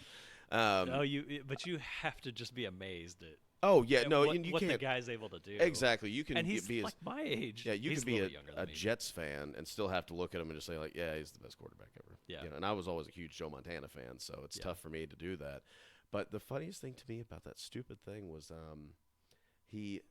when the ball was deflated, they were up like 7-0. When the ball was properly inflated, they beat him like 42-7. It's like first half, kind of bad. That other team has to score. Exactly, yeah. So it was just one of those really strange things that was just like, I don't know what's going on. But it was around the same time. It was like, you are investigating this guy to give him a 4-game suspension for deflating a football. And you gave somebody that was, and I don't want to say accused. I mean, it was known that he committed an act of violence against a woman that was his girlfriend at the time. We knew it. Even if we didn't have the video, we knew it. It was admitted to, and you gave him a 2-game suspension. So you value deflated balls over human life, is the way I looked at that. And again, that's reactionary policy. So I personally like the fact that you're actually sitting there saying, yeah, I have to be forward thinking, and it freaks me out what's going to happen next. Because it's something where you're not, at that point, you are not reactionary. So good on you. Well, and this is something I think people are going to get tired of hearing me say, even because I have a feeling that this is something that will continue to come up. But I mean, I feel like you have to look through that filter of, is the decision I'm making, is it something that will actually improve the student experience? Or do I have enough information to even make a decision that will improve the educational experience for a student? And if I don't have those things, you can't be reactionary. I don't think there's too much at stake, essentially. Yeah. And I mean, you can't let students be, guinea pigs in experiment essentially. Yeah. That may or may not work out well. Well, exactly. I mean, you've got, K through 12, you have 13 years of them. And, if you waste a couple. Which is not very long. No, it's not long at all. It feels like a lifetime when you're in it. Oh, yeah, 100%. Yes. I remember thinking when I was in, fourth grade or whatever, I was like, I'm in school forever. Yeah. And then you hit that point where you're out of high school and you think, okay, I have been out of school longer than I was ever in school. Yeah. And you realize I'm still not very old. Mm-hmm. So, but anyway, yeah. Well, even when you're a junior in high school, you see the seniors like leave that day. You're like, I've got a whole nother year. it's a whole 12 Oh months. no! How am I going to make it? Exactly. So I mean, it's an understandable frustration because and I always look at it too as like it's also like if you look at the percentage of their life, it's like they've spent 100% of their life in some type of school or like in some type of care. Like, when they're kids, they don't have any memories of it. So let's say you start picking up memories 3 to 4 years old. It's like by 5, you're in kindergarten. Mm-hmm. You're starting. And so, as a percentage of their life, 95% of their life has been spent in school. And, yay, summer break. Like, hooray. But and I'm sorry I'm cutting you off, but I mean, You're good. You have to kind of think too. I don't know. I think you have to think differently, and I think we think differently towards most things now than we've done 20 years ago. Good. But I mean, if you think about what my job would be, the student is your client in a way, to put it in a business term. Yeah. So, what do you do to make that? That doesn't mean that every day is going to be fun necessarily, but I mean, what do you do to make that educational experience valuable to them? Yeah. It needs to be. And if it's, I get to sit down with the principal of Blue Valley Southwest, and the guy kind of blew my mind in his thinking in a lot of ways. And his idea was, at least, and I don't know if it was necessarily his, but what he was communicating to me was the idea that we need to make sure that experience is valuable, and whether it needs to be through the traditional methods or it needs to be through some other sort of medium, it needs to be valuable. And I don't know. I think that's a very positive way of looking at this, instead of, you're here because you're essentially mandated by law to be in school until you're at least a certain age. How do we make that valuable, and how do we instill the idea that education has value? Mm-hmm. And with education, there's power. Yep. Instead of, I have to be here from this time to this time, and I'm serving my time until I can make a decision to do whatever I want to do. I'm in learning prison. Yeah, I'm in learning. Yeah. And I mean, I definitely felt like that at times. When I was younger, I'm here, and I have to be here from this hour to this hour, and I have to be here from this age to this age, and then I get to decide what I want to do. Yeah. That's where, I mean, we kind of talked about the CAPS program. I mean, that's where I think those types of systems or those types of programs are so incredibly valuable. Yeah. I remember when I was a senior in high school, what I wanted to do more than anything is I wanted to be an audio engineer. At least I thought I wanted to be an audio engineer. Mm-hmm. So I wanted to be the guy like in the sound booth that was recording artists. Yeah. Having no idea that where the music industry would be today. Yeah. Where most people just or everybody could do it themselves. Yeah, they just record at home. And there's not these huge budgets with records or anything anymore, just because you don't sell music that way anymore. Right. But ultimately, that's what I thought I wanted to do, and all of my efforts were focused towards how can I essentially prepare myself for this. Well, I mean, there was nothing in my high school to prepare me for that. Right. So therefore, I decided, well, I'm just going to get through this until I can go on to the next thing. Yeah. Which is a horrible attitude, essentially. Yeah. And I was kind of joking before that if I would have had something like the CAPS program, I probably would have been like, oh, I'm not doing that. But I would have been all over an opportunity like that. Oh, yeah. To do something that I thought was meaningful at the time. Yeah. Whereas the options that were given to me that were somewhat limited just really didn't hold a whole lot of value to me. Right. I'm essentially taking these to fill hours, but I have no intent of really using this at that time. That, of course, that's 16, 17, 18-year-old me. Yeah. I don't feel that way anymore. But no, understood. I mean, the thing that always bothered me was the idea of studying for a test. Yeah. Like, much emphasis was put on the grade that you would receive. Yeah, and I guess even more than that, it was studying for like the standardized test, because I really felt like, especially I think at the time that I was in school, I mean, I graduated in '05, so I mean, it was definitely like Bush era, No Child Left Behind and that kind of generation. But it really just felt like the teachers. I mean, talk about the students feeling they were in learning prison. I felt like the teachers felt the same way because it's like I can't teach the way that I want to teach.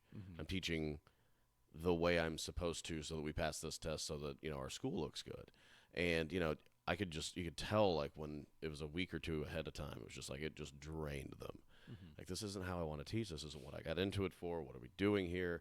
I mean, is that something that the school district has kind of gotten away from? I mean, I'm just ignorant on the subject, so I don't know like what standardized testing looks like now. But if the school district is kind of allowed for them to have a little bit more leeway in what they do. I mean, they're still there because as of right now, it's probably the only method that they have for determining those. But I mean, I think everybody knows in education that that's not necessarily the best way that people learn.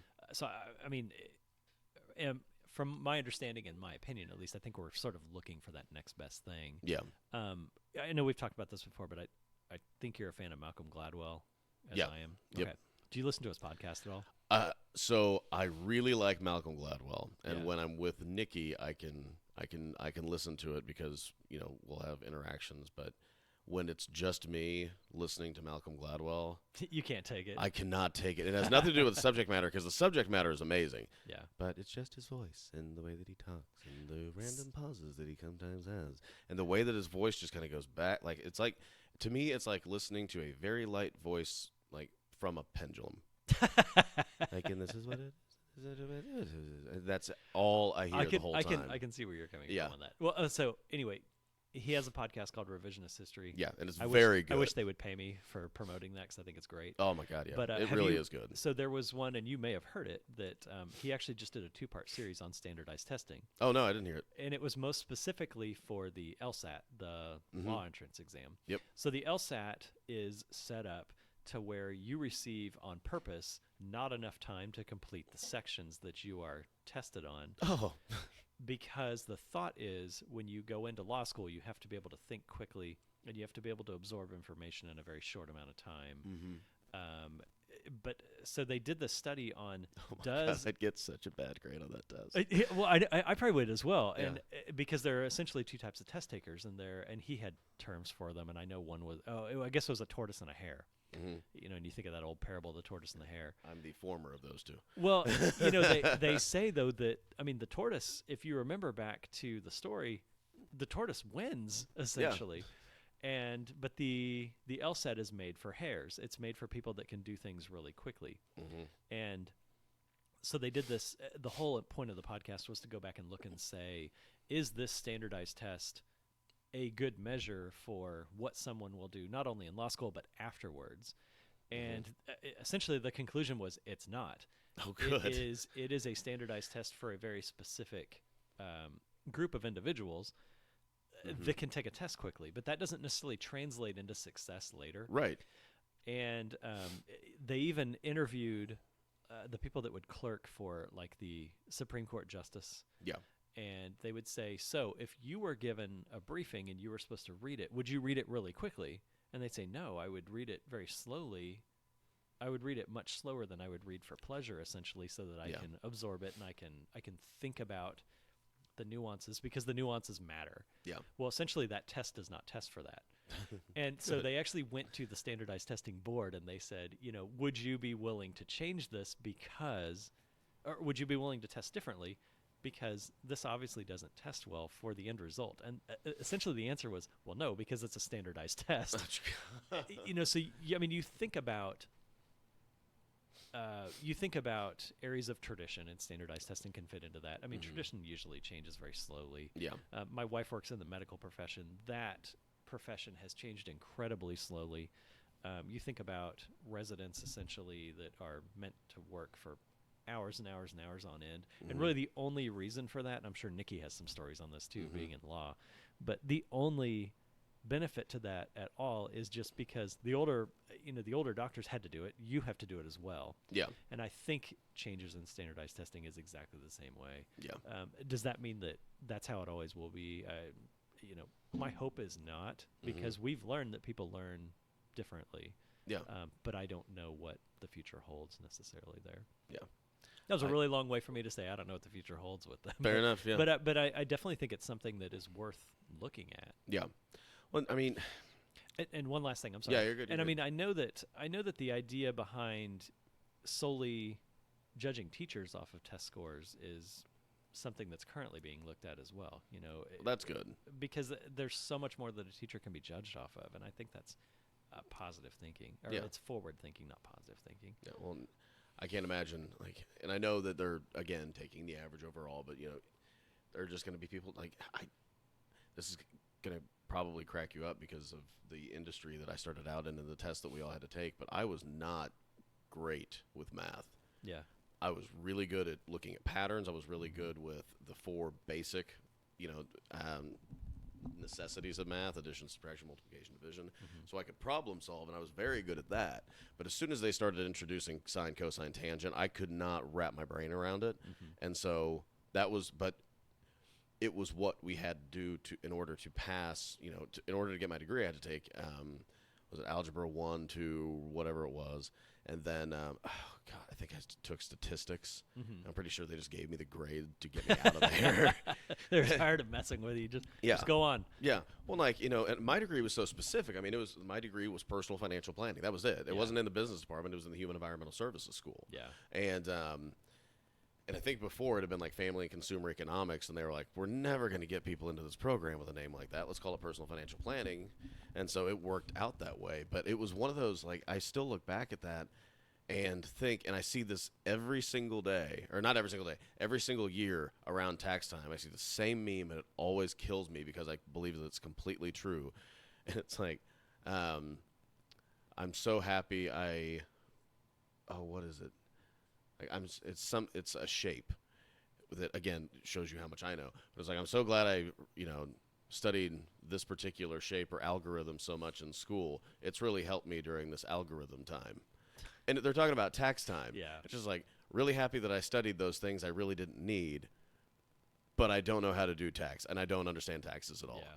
And I see this a lot, especially with people who are, you know, and this isn't anything negative. This is just kind of where I see it, and I'm sure you probably do too.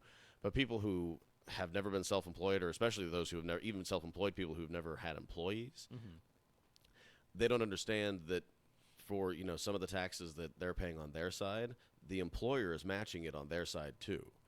And so people will say, like, well, I don't understand why I have to pay these taxes. You know, and then they see, like, my employer is getting this much money, and that's ridiculous, and I can't believe it. It's like, well, they are paying half as well, and not just for you, for every single employee. And so when payroll taxes comes up, it's always an interesting conversation to see who knows, who doesn't. And I mean, I've talked about this with you. I've talked about this with, I think, several guests. I am all for the arts. I mean, my associate of arts was in speech and theater. I've always been a huge fan. I've written checks to art departments that I've been a part of because I think it's a very important thing, and I think they really kind of end up operating on a shoestring budget. I mean, the people that always had the hardest job wasn't the actors. It was the costume department, because they were dealing with the fact that they had zero money and they had to either make costumes or figure out what would look okay on stage. You know, so it's not like they're rolling in money and they have to have it every single year. It's like they just have to break even. That's all they have to do.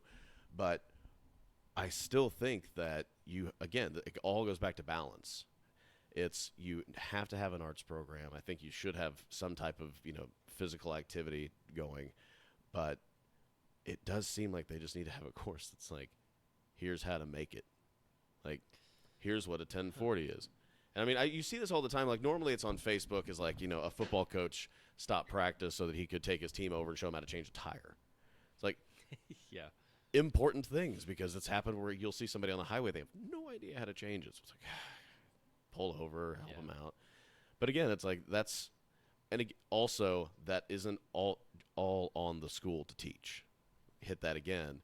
But that's just one of those things. It's like, when you're in the position, you've got to achieve balance, and I'm sure that those questions will come up, and sometimes they'll be okay and happy, and other times I'm sure you'll have angry parents that really are demanding answers. That's interesting. I mean, I know we've talked about this in the past, but Yeah. that's interesting that you even put it the way of the class is essentially, here's how to make it in life. Yeah. You know, because we've talked about this a lot, and there are so many things that you have to deal with as an adult where you are given no opportunity to learn. Yeah. Case in point, my business, your former business. Yeah. People come in, they always say, I feel so dumb asking this question. Or, I think probably more often people will come in and feel like, I don't even know what to ask. Yeah. I'm not 100% sure what I know I'm supposed to be doing. I know I'm supposed to be saving. Yeah. I know I'm supposed to have life insurance. I don't even really know why. Yeah. And if I don't know why, I certainly don't know how much. Yeah. Or what I'm even supposed to do. Yet there's no help along the way. Mm-hmm. And I'm not suggesting that we implement this right away, but I mean it's definitely, I get on my soapbox from time to time and feel like there are definitely a lot of things that we sort of send young adults out into the world and they don't really know how to handle. Right. And I mean, changing the tire is probably one of those things. And I'm sure there's this thought of, well, I'll just make enough money to where I'll be able to have somebody else do it for me. Mm-hmm. Yeah, when you're on the side of a highway, like with no one around. Yeah, but there's probably going to be a time in your life where you can't afford that either. Yeah. Because no one comes out of, well, not no one, but few people come out of college making, a great living immediately. You have to learn essentially before you can earn. Yeah. And the learning doesn't end when you leave college, leave high school, whatever. Yeah. Well, and I think this is, and I'm sorry to interrupt you, but No, I was done. Just to add to that, I think that that's a very good point, especially when you're talking about situations where you've got, Nikki has talked about this with her profession, being an attorney, and I saw this immediately when I came out of school. It's like, you can even go into schooling to do your specific job. You can, go to law school to become a lawyer and, pass the bar. And then in our case, you can, I can graduate with a degree in personal financial planning, pass my Series 7, my 66, my life and health. And the moment I get into the office is the moment I actually learn how to be an advisor. The moment you actually learn how to be an attorney is the moment that you go and be an attorney. Yeah. And it's amazing to me that we look at that system and we think, that's okay. And I know that some of that is just real world training. You have to be out into it, and I think that medical profession is probably better than most at training people to do what they need to do because they have residencies. Mm-hmm. But yeah, I remember coming out, I think I had one of my first meetings and all I did was spout numbers at somebody. I just shouted numbers. Here's the beta of it. Here's this. It's like, why did I do that? That was that's not what they want to hear. And this isn't to try to talk down to anybody, but it was a situation where it's just like, 95% of people are going to have no idea what you're talking about. Mm-hmm. And I think there are several problems, though, that are much more basic that you can kind of nip in the bud a little bit. And like I said, the changing the tire is the most obvious one, but that's also one that, unless you've been there when your, mom or dad or sister or brother have broken down and they've been like, okay, Tim, here's how we're going to change this tire. Which never happens because most of the time they're mad anyway, so they don't want to see anybody. It's that scene from A Christmas Story. Exactly. Fudge. But, it is such a good point. And, I think, with your wife being in the legal profession, I think that's one of the key areas. And, I get it. A program like that, they're trying to train you how to do a number of things. Mm-hmm. Because when you leave law school, you're not trained to go into this specific area of law or... Mm-hmm. This whatever else is associated with that, but so I get that piece of it. But you're right. If you graduate from law school and day one you have to go try a case, you're not going to have a clue how to do that. No. And it's kind of like with you had a lot of knowledge, but they don't teach you how to run a business. Right. And when you realize when you go into financial services, it's you have to run a business. Yeah. And you happen to have the technical ability to help somebody plan. But you also don't necessarily probably spend a whole lot of time on communication. Exactly. And that's the key part. You talked about the fact that you just spouted off a bunch of numbers when really, for the most part, clients just want to know, am I going to be okay? Yeah. Am I going to be able to do the things I want to do in retirement? Or am I going to run out of money? Yeah. And when you don't know that, mm-hmm. when all you know is, how to basically interpret graphs and things like that for yourself, but not necessarily for the clients, you are somewhat ill-prepared mm-hmm. to go out into the real world and make it. And, that's actually come up with a number of other advisors I've talked to about the financial planning programs, mm-hmm. is they are great in the sense that you're essentially a CFP when you're done. You have that knowledge, mm-hmm. which is critically important. There are an awful lot of people walking out, holding themselves up as advisors that don't have that knowledge. Yeah. Um, but the ability to communicate that knowledge is a entirely different thing, and then knowing how to essentially run a business Yeah. is another completely different thing. Yeah. So do you have to get 3 degrees? I mean, Oh, exactly. Well, and still come out of it probably not knowing something else that we're not thinking Sure, of right yeah. now. Yeah, I mean that's kind of essentially the point of I guess we're going off on a tangent from yeah, the original purpose, but I mean I do think it's important that you know I think it's important that people understand that like one, education is always going to need to change with the times that we're in because there are always going to be things that are left behind. Making sure that there are kids that are not left behind, but also making sure that whatever the school district can in its power, whatever it can do, that it tries to do, or it makes it really makes a mark on the student. Because I mean, I've it's very rare for me at least that somebody graduates from once they graduate from the program or school or whatever it might be, and most of the time you see that they're not happy with it. It's when they either acted up maybe a little bit too much, or they just went to the school for 1 year and that's where they graduated from. Like my dad, I think he graduated from Ruskin in '73, but he always talks about high school as his high school that he went to in Holden. mm-hmm. So, smaller school and that kind of thing. But that's just kind of one of those things. But I think for the most part, when you graduate from a high school, you really look back and you say, like, I did this and it was from this district, and you're always proud to go back or at least see it. It kind of just gives you that feeling. And I think that's an important thing to look at is, like, making sure that that feeling kind of continues in those students. Like, I know I graduated from a great high school. I know I really appreciated my experiences there, and it put me in a good position moving forward. Mm-hmm. And I think when you have that, you're really kind of creating somebody's future. You're at least helping it along. Now, I said something in there about not leaving somebody behind. One thing I did want to ask you about, and this might just have to do with, I don't know if it'll be future plans or even something that's on your platform because it's so obviously positive, but when you look at your school district, I have heard that it has, obviously very good programs, but how do you deal with, students that might need a little bit more help? I honestly, I don't know the proper term, but special Mm-hmm. needs kids, whether it's autism or whether it's, just maybe some type of learning disability, something like that. How does the school district work with those students? Yeah, so I think that's a really good question, and you talk about students getting left behind. That's an area that it'd probably be pretty easy for that to happen if you weren't very on top of Right. ensuring that programs were there. Some schools offer better programs than others, and that's why, at least at the high school level, you can, within reason, essentially choose which school you want to go to. You don't have to necessarily, file into a particular school if a program that you have a need for is maybe stronger than another school. Kind of dependent upon your area of need. Yeah.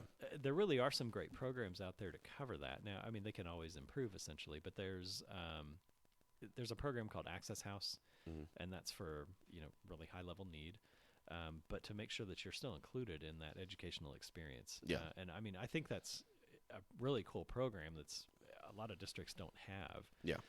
And then, I mean, obviously, you're going to have different varying levels of need from students that are maybe have some hearing impairment to maybe vision impairment.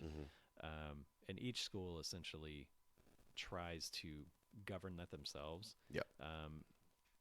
To work with the needs of the student there, which is something that I think is really important. I've definitely seen other districts that try to get involved, like almost too involved at that level. They don't allow the principals to do their job. Right. That's not the job of the school board. The Yeah. job of the school board is to set up essentially opportunities for good hiring within the schools, to take care of those different items. But on my tours through the schools, I got to actually visit those personally, and you have everything from elementary schools that have sensory rooms for students that really need that can become overstimulated, all the way up to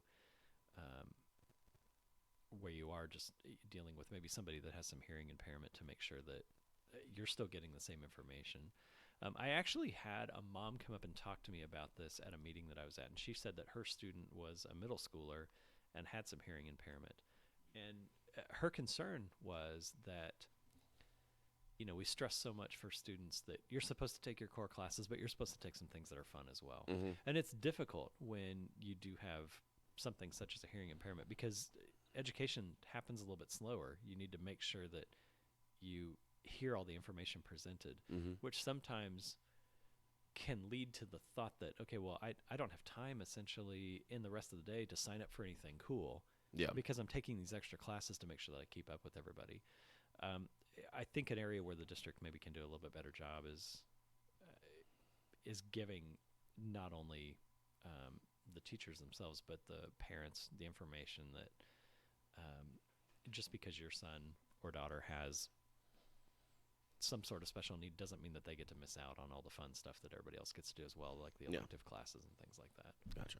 So what I'm hearing when you make those statements is that a lot of what your job is as a school board is not only to do all the things that we've talked about over the last 90 minutes or so, but really it's to empower the right people. It's to make sure that the superintendent feels like he's empowered to make the decision he needs to make or she needs to make. The principals themselves are empowered to make sure that there's teachers who are then empowered as well. Like basically just kind of lead the school. Is that me or you? Sorry. That's me. Just went off. Sorry. No, it's totally fine. It's I've got mine on silent too, and I didn't see it going off, so I just wanted to make sure. But it's a lot of we have to make this kind of cohesive school district that covers a large number of students in a large area work. But at the same time, like we need to make sure that we're kind of like the board of directors. Like once you are sitting there at the top and making the decisions for the district, you also need to make sure that the people that are following through on that are the people that feel empowered to do those things. Basically, not restrain them to so much of a point. I want to make sure that I'm clear on this, Yep. because I do believe that you're correct on the job of empowerment is there, but you need to get out of the way. Yeah. And you need to let schools do their things. I mean, the school board shouldn't have any place in hiring principals. That should be done by the superintendent. Yep. You just need to give the superintendent the tools that they need and the freedom to hire the absolute best people out there. And then you need to give the principals the absolute freedom to hire the absolute best people out there. Yeah.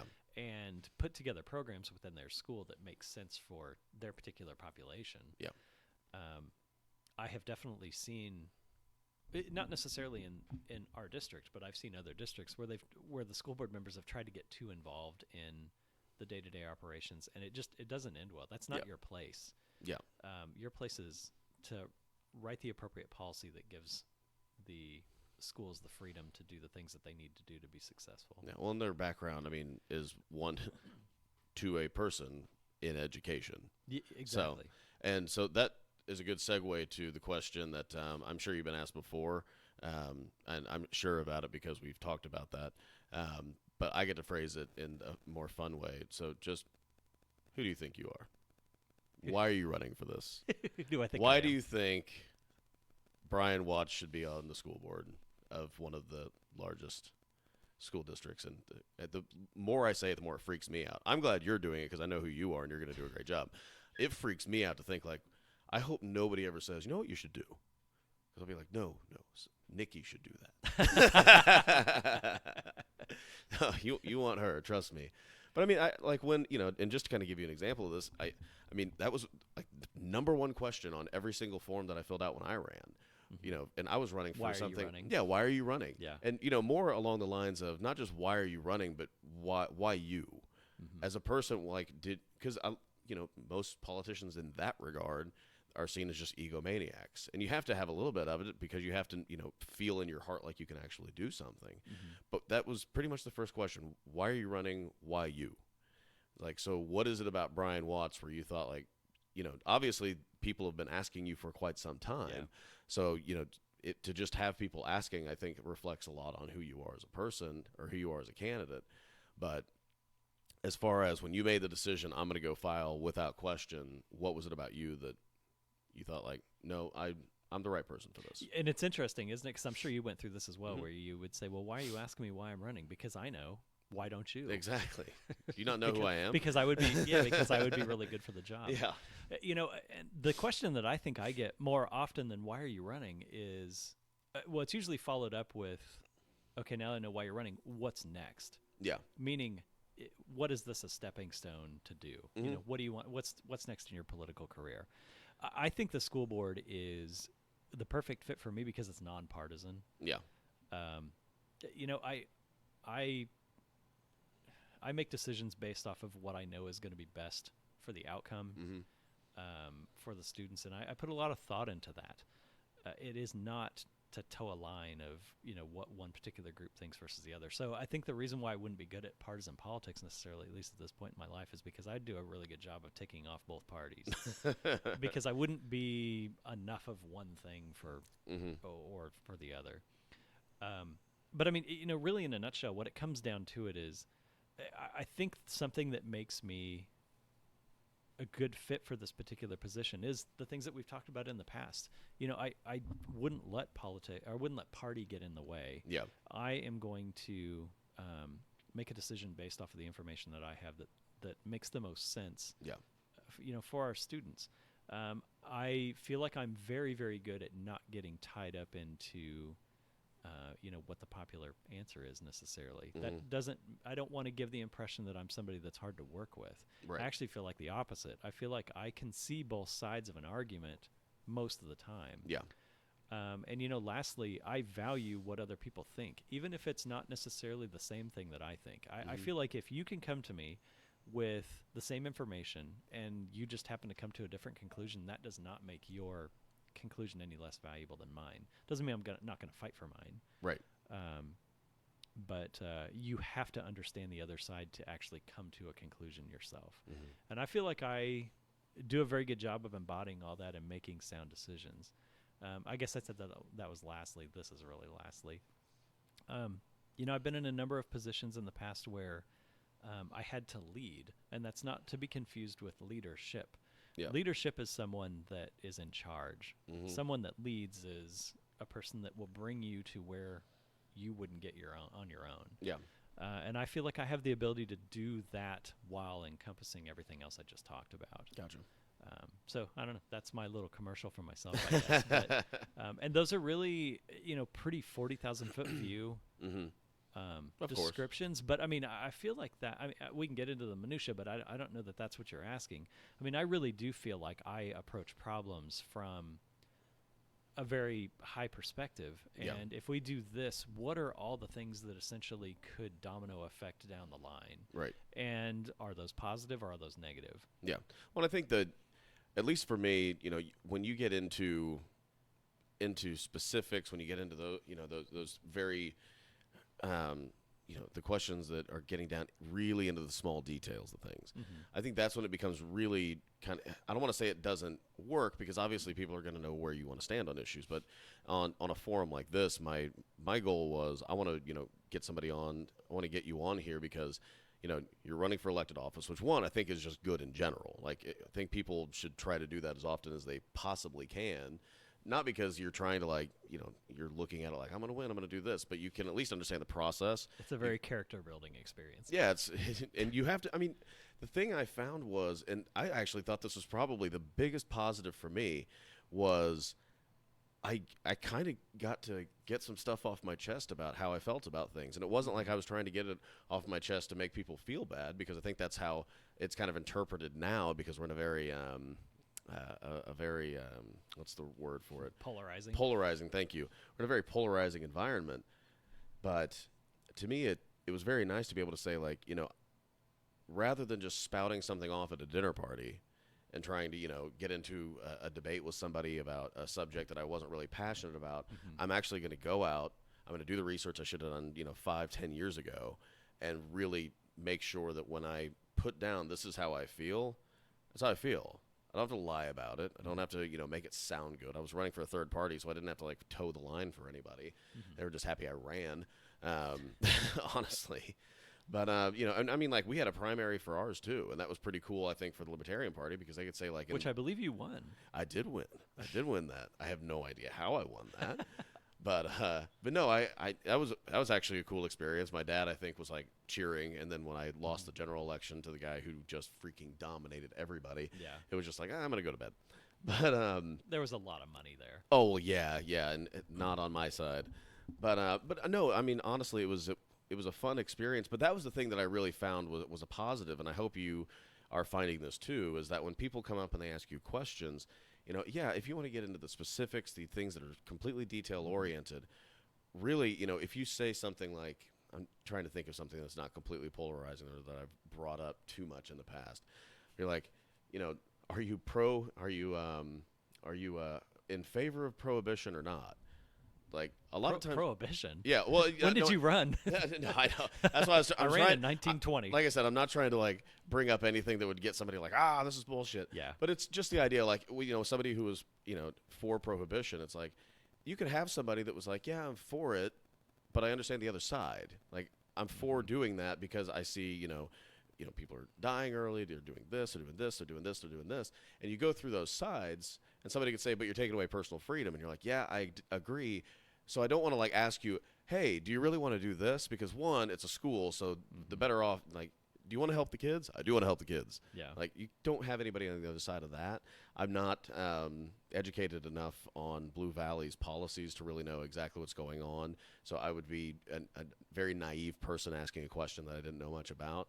But the biggest thing is, like, especially in this environment, it's about listening to the individual, making sure that you're listening to somebody who can actually have a conversation, who seems to have a good head on their shoulders, knows some of the background, and definitely enough where if they wanted to contact you, they could ask those questions. Mm-hmm. So, I mean, that's kind of my point is like I wanted to have you on because I basically wanted people to hear the person, not necessarily like, here's what I, points. yeah, here's what I find on section 102.1-A. Yeah, and I mean, you get that because I'm campaigning right now, so I'm knocking, exactly. I'm knocking on a lot of doors, and I mean, I Kissing babies.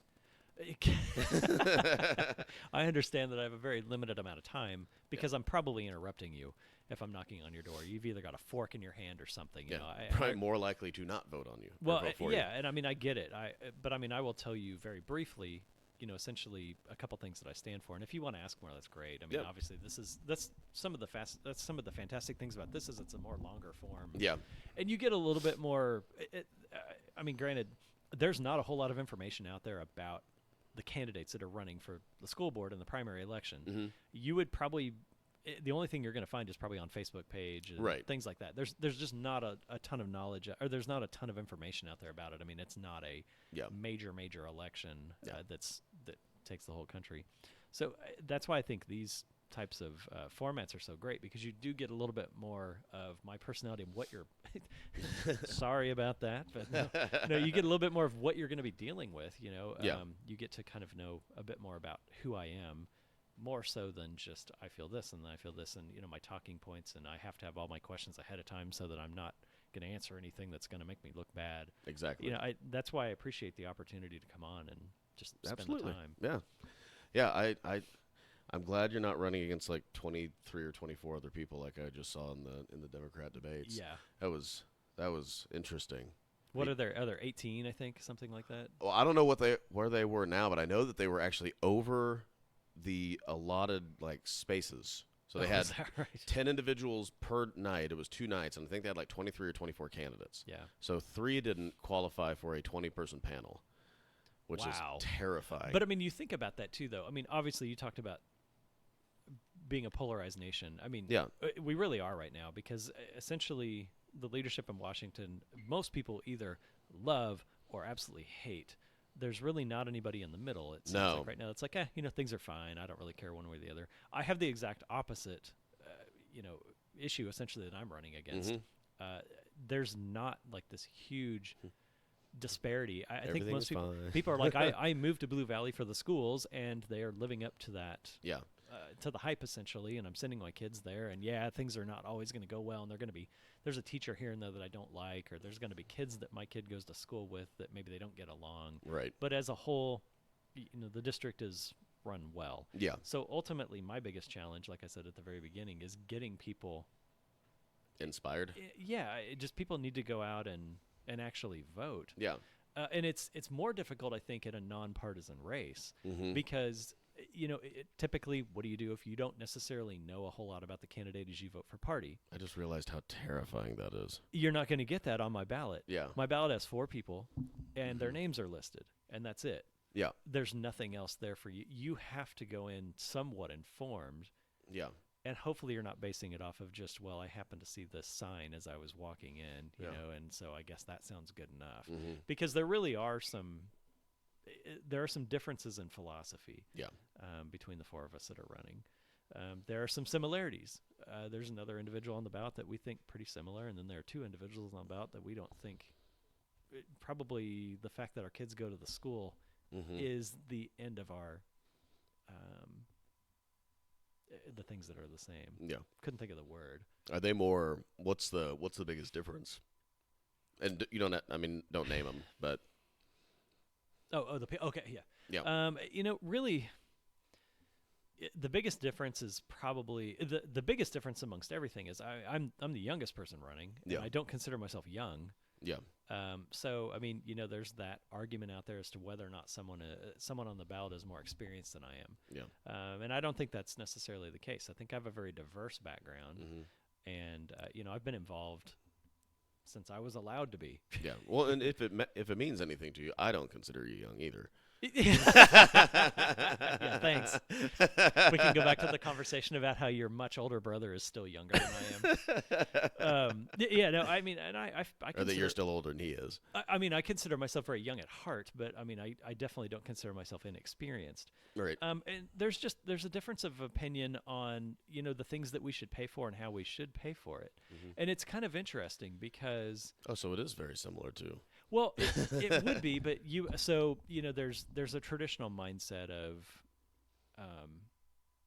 you know, being of essentially taxing people is probably more of a liberal stance Mm-hmm. instead of a conservative stance, but it's somewhat the opposite here, which you know, I haven't necessarily quite wrapped my head around, but I feel like if my opponents are elected, the taxpayer will feel it in their Yeah. property tax. It's going to go up significantly.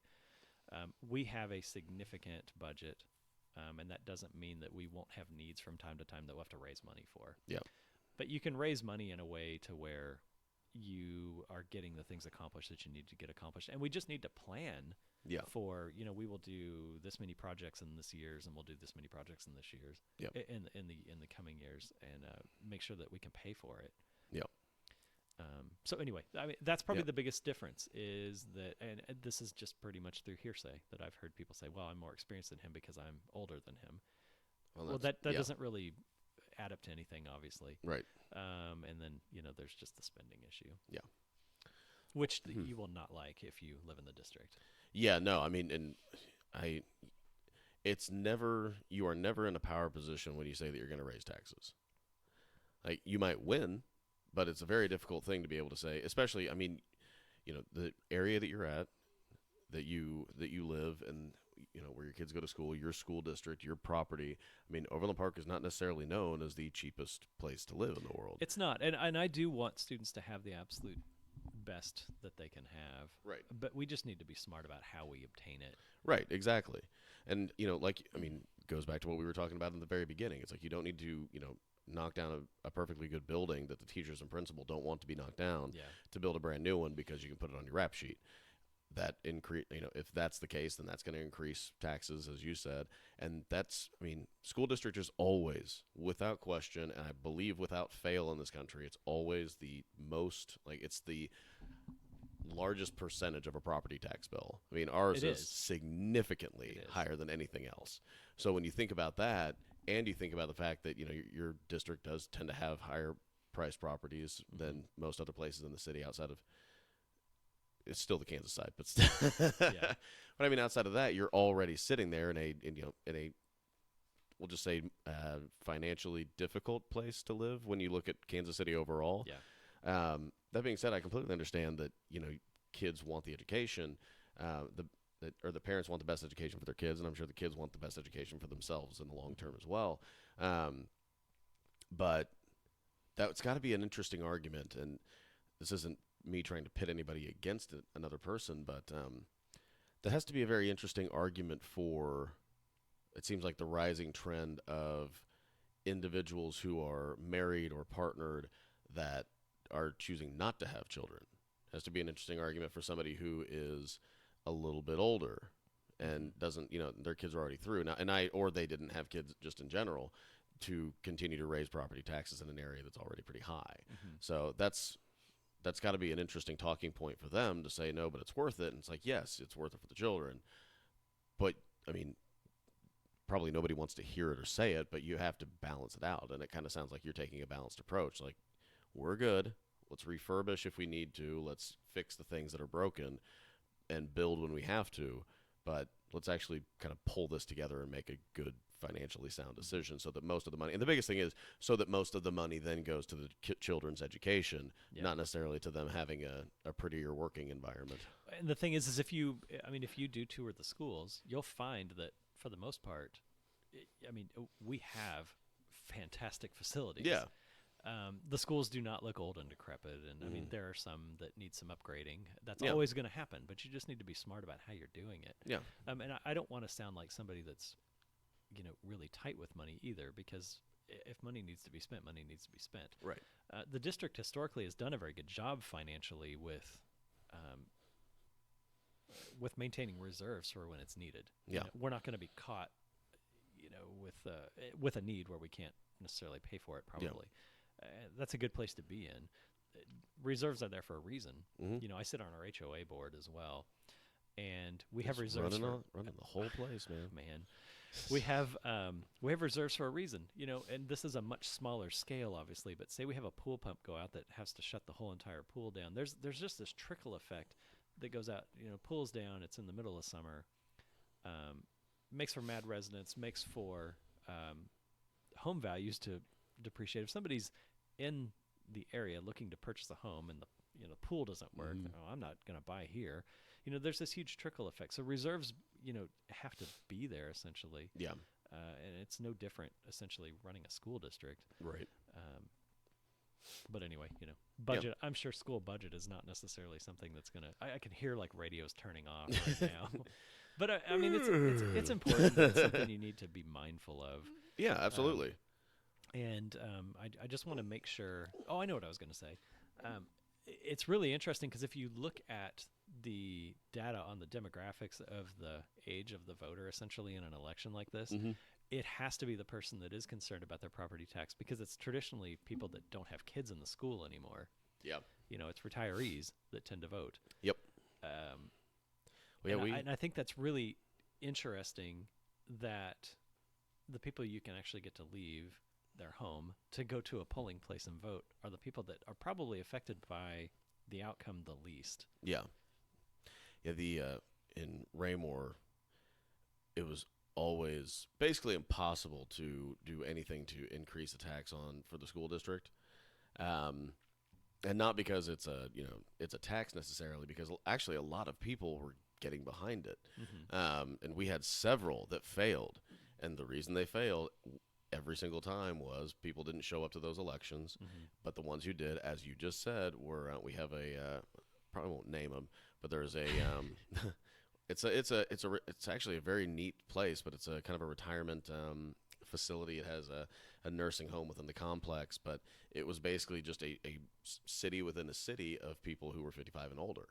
And there were a lot of like individual houses that they could own. So people would move in there, and that was just all for 55 and older. And then in the center of it, there was a hospital, there was a nursing home, there were several other facilities. So it was actually a really neat little area, but they were the voting bloc that always showed up. And every single time they'd try to pass a school measure, they were like, nope, not increasing my taxes, which always made my dad really furious. It's like, how did you get educated? Just out of curiosity. Well, I mean, education has such a long-lasting effect. Yeah. If you think about, the changes you make today affect for, generations down the road. Yeah. Wait, you're raising, and I apologize, my headphones are driving me a little nuts right now. No, that's right. Haven't done the podcast with a beard yet, so this is radio. No one could see it. Exactly. Glad I pointed it out then. But just like they can probably hear the fact that you're wearing your pajamas right now. Yeah, exactly. Yeah. Yep, just doing it. No pants. It's okay. But that it is interesting to me to kind of look at that and say, and again, it's always a balance. It's a balancing act with, how to teach the student, what to teach the student. It's also a balancing act of how to finance it. And just like anything else, like I would love to have the school have an unlimited fund. Absolutely. And everybody wants that because they get everything. Everything's perfect. Everything's right. But part of being on, the board that you're looking to take the seat for is you have got to be the person that can also slow that down when things are getting out of hand. I mean, if you fix a problem that could be fixed for $100,000, but you build a new building for $5 million, and I don't know what it costs, but if It's you probably build a little higher than that. I assume so, yeah, with everything they have to put in. But let's say but using that example to not get too ridiculous, but if you're talking about a $100,000 fix or a $5 million building, Mhm. like, why would you do the $5 million building? Because it's prettier. Yeah. Yeah. And I mean, So- you have to take that into consideration in some ways. Yeah. What's the trickle effect essentially? Yeah. Or where else do we need money at this time? Right. I mean, educational budgets are, obviously they've been on people's minds for the last handful of years because, I mean, it all started in Topeka essentially, and there were such shortfalls essentially. I mean, we're still kind of trying to figure out how to live in that world. Mm-hmm. So, I mean, I think it takes somebody that can basically say, if I spend this dollar today this way, Yeah. what's the long-term effect? Yeah. And, ultimately, once again, I told you people are going to get tired of hearing about this. Mhm. Do I have enough information to make this decision, or, will this actually improve the educational experience? Yeah. Well, I think what you saw from leadership in Topeka for a number of years was kind of what we just got through talking about with regard to the budget. Mhm. It was a situation that could have been, we'll say, dealt with better. But the biggest thing that I think you learn is, and again, this is where, and I don't want to try to like dive into politics because I want to focus on your thing, but this is where I think your thing is the little thing you're running. Yeah, my little politics. Exactly. No, but I do think that that's where bipartisan politics actually really helps. Is when you have a party that is pushing for everything and everything and everything and everything, you have to have the other side say, whoa, whoa, whoa, whoa, you have to look at the budget. You have to look at that because we're going way over, and this is not going to work. So you have to have that progressive push, but you also have to have that kind of conservative, bring it back in line, bring it back to reality, bring it back to intelligence. Right now, I don't think we have that in any way, shape, or form. But and that was an opinion by me, not Brian. He's not saying anything like that. But no, I mean, but I think what we saw in Topeka, to finish off the point and the lengthiest statement in mankind, is you saw what happens when one side isn't able to have a voice, and that basically it was like cut, cut, cut, cut, and there wasn't a side that said, whoa, we still have to pay for this somehow. We still have to figure this out. We can keep cutting as long as we figure out how to pay. And so when it cut too much, and then the guy got out, but then then that side lost the governorship, and I think a lot of that had to do with the education side. I mean, look who your side elected. Well, I mean your side of the state line. Yeah. I was trying to figure out what you meant by that. But, Yeah. But I mean, you're right, and it's something we're still talking about. Yeah. It's something that I listen to the Deep Background podcast. You're gonna think I do nothing but listen to podcasts, essentially. And with the length of this one, that's going to be the only thing we're going to be able to do for the next week. Fair enough. But I mean, they're still talking essentially about policies that came out of Topeka, in the past administration. Yeah. That has to do with school funding, Mhm. because it really did have a lasting effect. And I mean, essentially, I understand that would be something I would inherit. Yeah. And you have to live in that world. You know what? It's part of the job. Yeah. Well, I mean, that is the thing about your background that has to be pretty appealing when you're talking to people. It's like, okay, well, so what's your profession? It's like, I Yeah, deal with I work money all day I long. deal with money all day long. Yeah. And you know what? You just add some zeros. That's all that matters. Exactly, yeah. It's all the same. It's all relative. I wish I could tell my bank that. Just add some zeros. That's all that matters. Just add some zeros. All that matters. Yeah. But I mean, you look at that, and I mean, I have the financial background, but I mean, some of the boards that I've sat on are completely the opposite. Mhm. And there are things that you're going to have to deal with. I mean, like, because I've done some work with Arts KC, Mhm. and I mean, that's essentially trying to give money to people that need it, that can ultimately provide greater good for the city as a whole. Yeah. How can the arts affect people? We're willing to support that, but it has to support the community as a whole. It's not going to be something that's going to support just one person. Yeah. And I mean, that's basically how I have grown up, as I've always been involved in that way. Yeah. You know, I see what you're doing, and I think this makes an awful lot of sense, and I think it's fantastic. However, what you're wanting to do impacts a very small percentage of people, whereas this organization over here wants to do the same thing, but it's going to have an impact of the entire city. I mean, you Yep. kind of have to go that way. Yep. Well, then, in sticking up for and I assume on the opposite end of that too, you're sticking up for the small side when it's necessary. When it's needed. You have to every situation is just that. It's situational. Yeah, and that's really what your job is too. It I mean, is. again, going back to it, that's what you do every day. Yeah. You know, if you think that a financial advisor is only doing numbers, then you're not with the right person. Yeah. And that, I think, has a lot to do with it as well, because you also, I mean, you told us, you're our financial advisor. I mean, you've told us, it's like, here's where I think you should be funding it. Now, sometimes I'm like, I used to be a financial advisor. I know what I'm doing. But the fact of the matter is, like, you have to have a plan. You have to know what you're doing going forward. And that isn't just about your money. That's about everything else that, I mean, basically, especially with your school district, it's everything that money pays for and what those dollars can go to, and whether that's a building, a program, or, you know, trying to stick up for a small group because they need it. I've got to assume that's a process. That's a plan. That's what you do all day. So And I mean, when it really comes down to it, I mean, you know, if I have the opportunity to serve, I mean, I'm obviously one of 7 votes. yeah, And diversity amongst opinion is not a bad thing. Usually that leads to the best outcome because every avenue can be explored. But I mean, I'm 1 vote.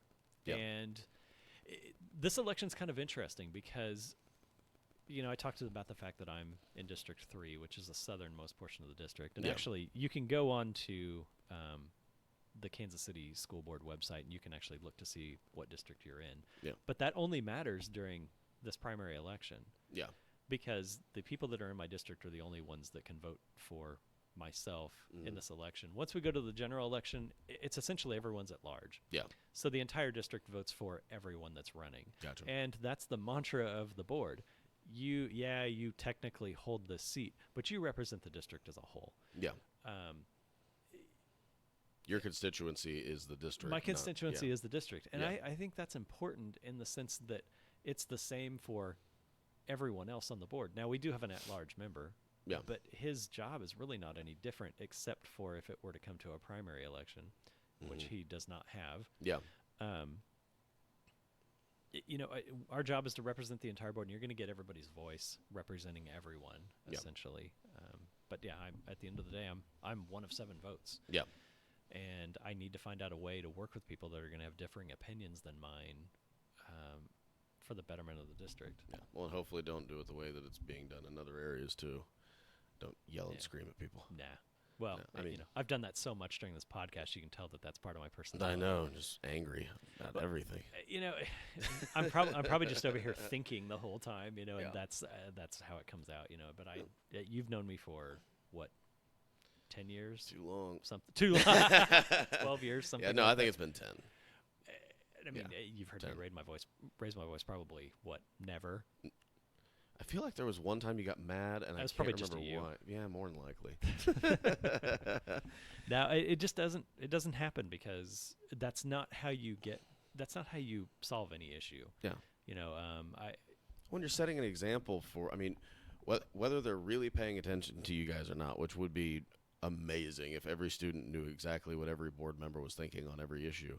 yeah, but the board meetings are pretty well attended by families. So Yeah. you're No, and that's right. what I mean. Like, but what I was getting to was, but all 7 of you, whether you're one of 7 or you're looking at yourselves as a group, I mean, at the end of the day, it's for the kids. And Absolutely. that's pushing the whole thing. It's like, this isn't just about my kids. This isn't about my house. This isn't about, you know, this district. It's about the entire district, yes, but your job, principal's job, superintendents, teachers, everyone's job in this, including parents and those that live in your district that don't have children or their children have graduated at this point. Everyone's job should be focused on, especially yours, about making sure that experience for that child or those children is as good as it can possibly be. Yeah. And again, like you said earlier, because you're training the next generation.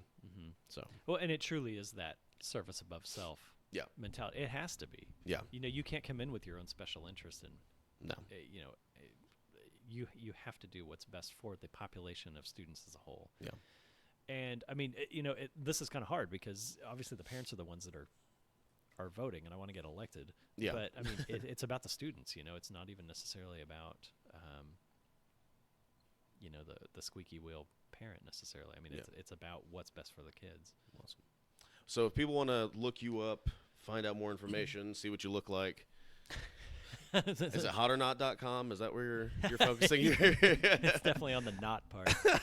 No, where can they find you? Yeah, so I have a website, which is Watts for Blue Valley. That's WATTS, the number 4, BV. I said Blue Valley, so watts4bv.com. I do have a Facebook page. Love everybody to go out there and like and share, which is Brian Watts for Blue Valley School Board. I believe coming very soon, the City of Overland Park Chamber of Commerce is going to have a forum where where they're going to actually do an interview. I believe that's next week. So you can go in and watch that interview. I'm actually going to take this podcast and upload it to the Facebook page, as long as you'll allow me. 100%. Yep. And push that out to people so that you have an opportunity to listen. And then, hey, if you live in my district, myself or one of I think 42 team members will probably be knocking on your door at some point just to say, hey, 42. Go out and vote. Nice. I could stand to have more.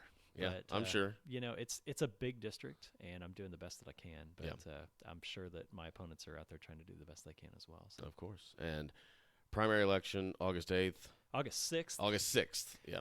August 8th is my mom's birthday. You can go on to the Johnson County election office website on I believe it's the 17th. I think I said the 15th before. Okay. And you can sign in and have a ballot sent to your mailbox where you can literally pull it out of the mailbox, vote, stick it right back in the mailbox if you want, or you can start early voting 2 weeks before at your polling place. Nice. So, yeah, get out and vote. Do your civic duty. And vote for Brian Watts. I would love everyone's support. Everyone. Vote for him. Thanks, man, for coming on. I appreciate it. Thanks for having me. I appreciate it.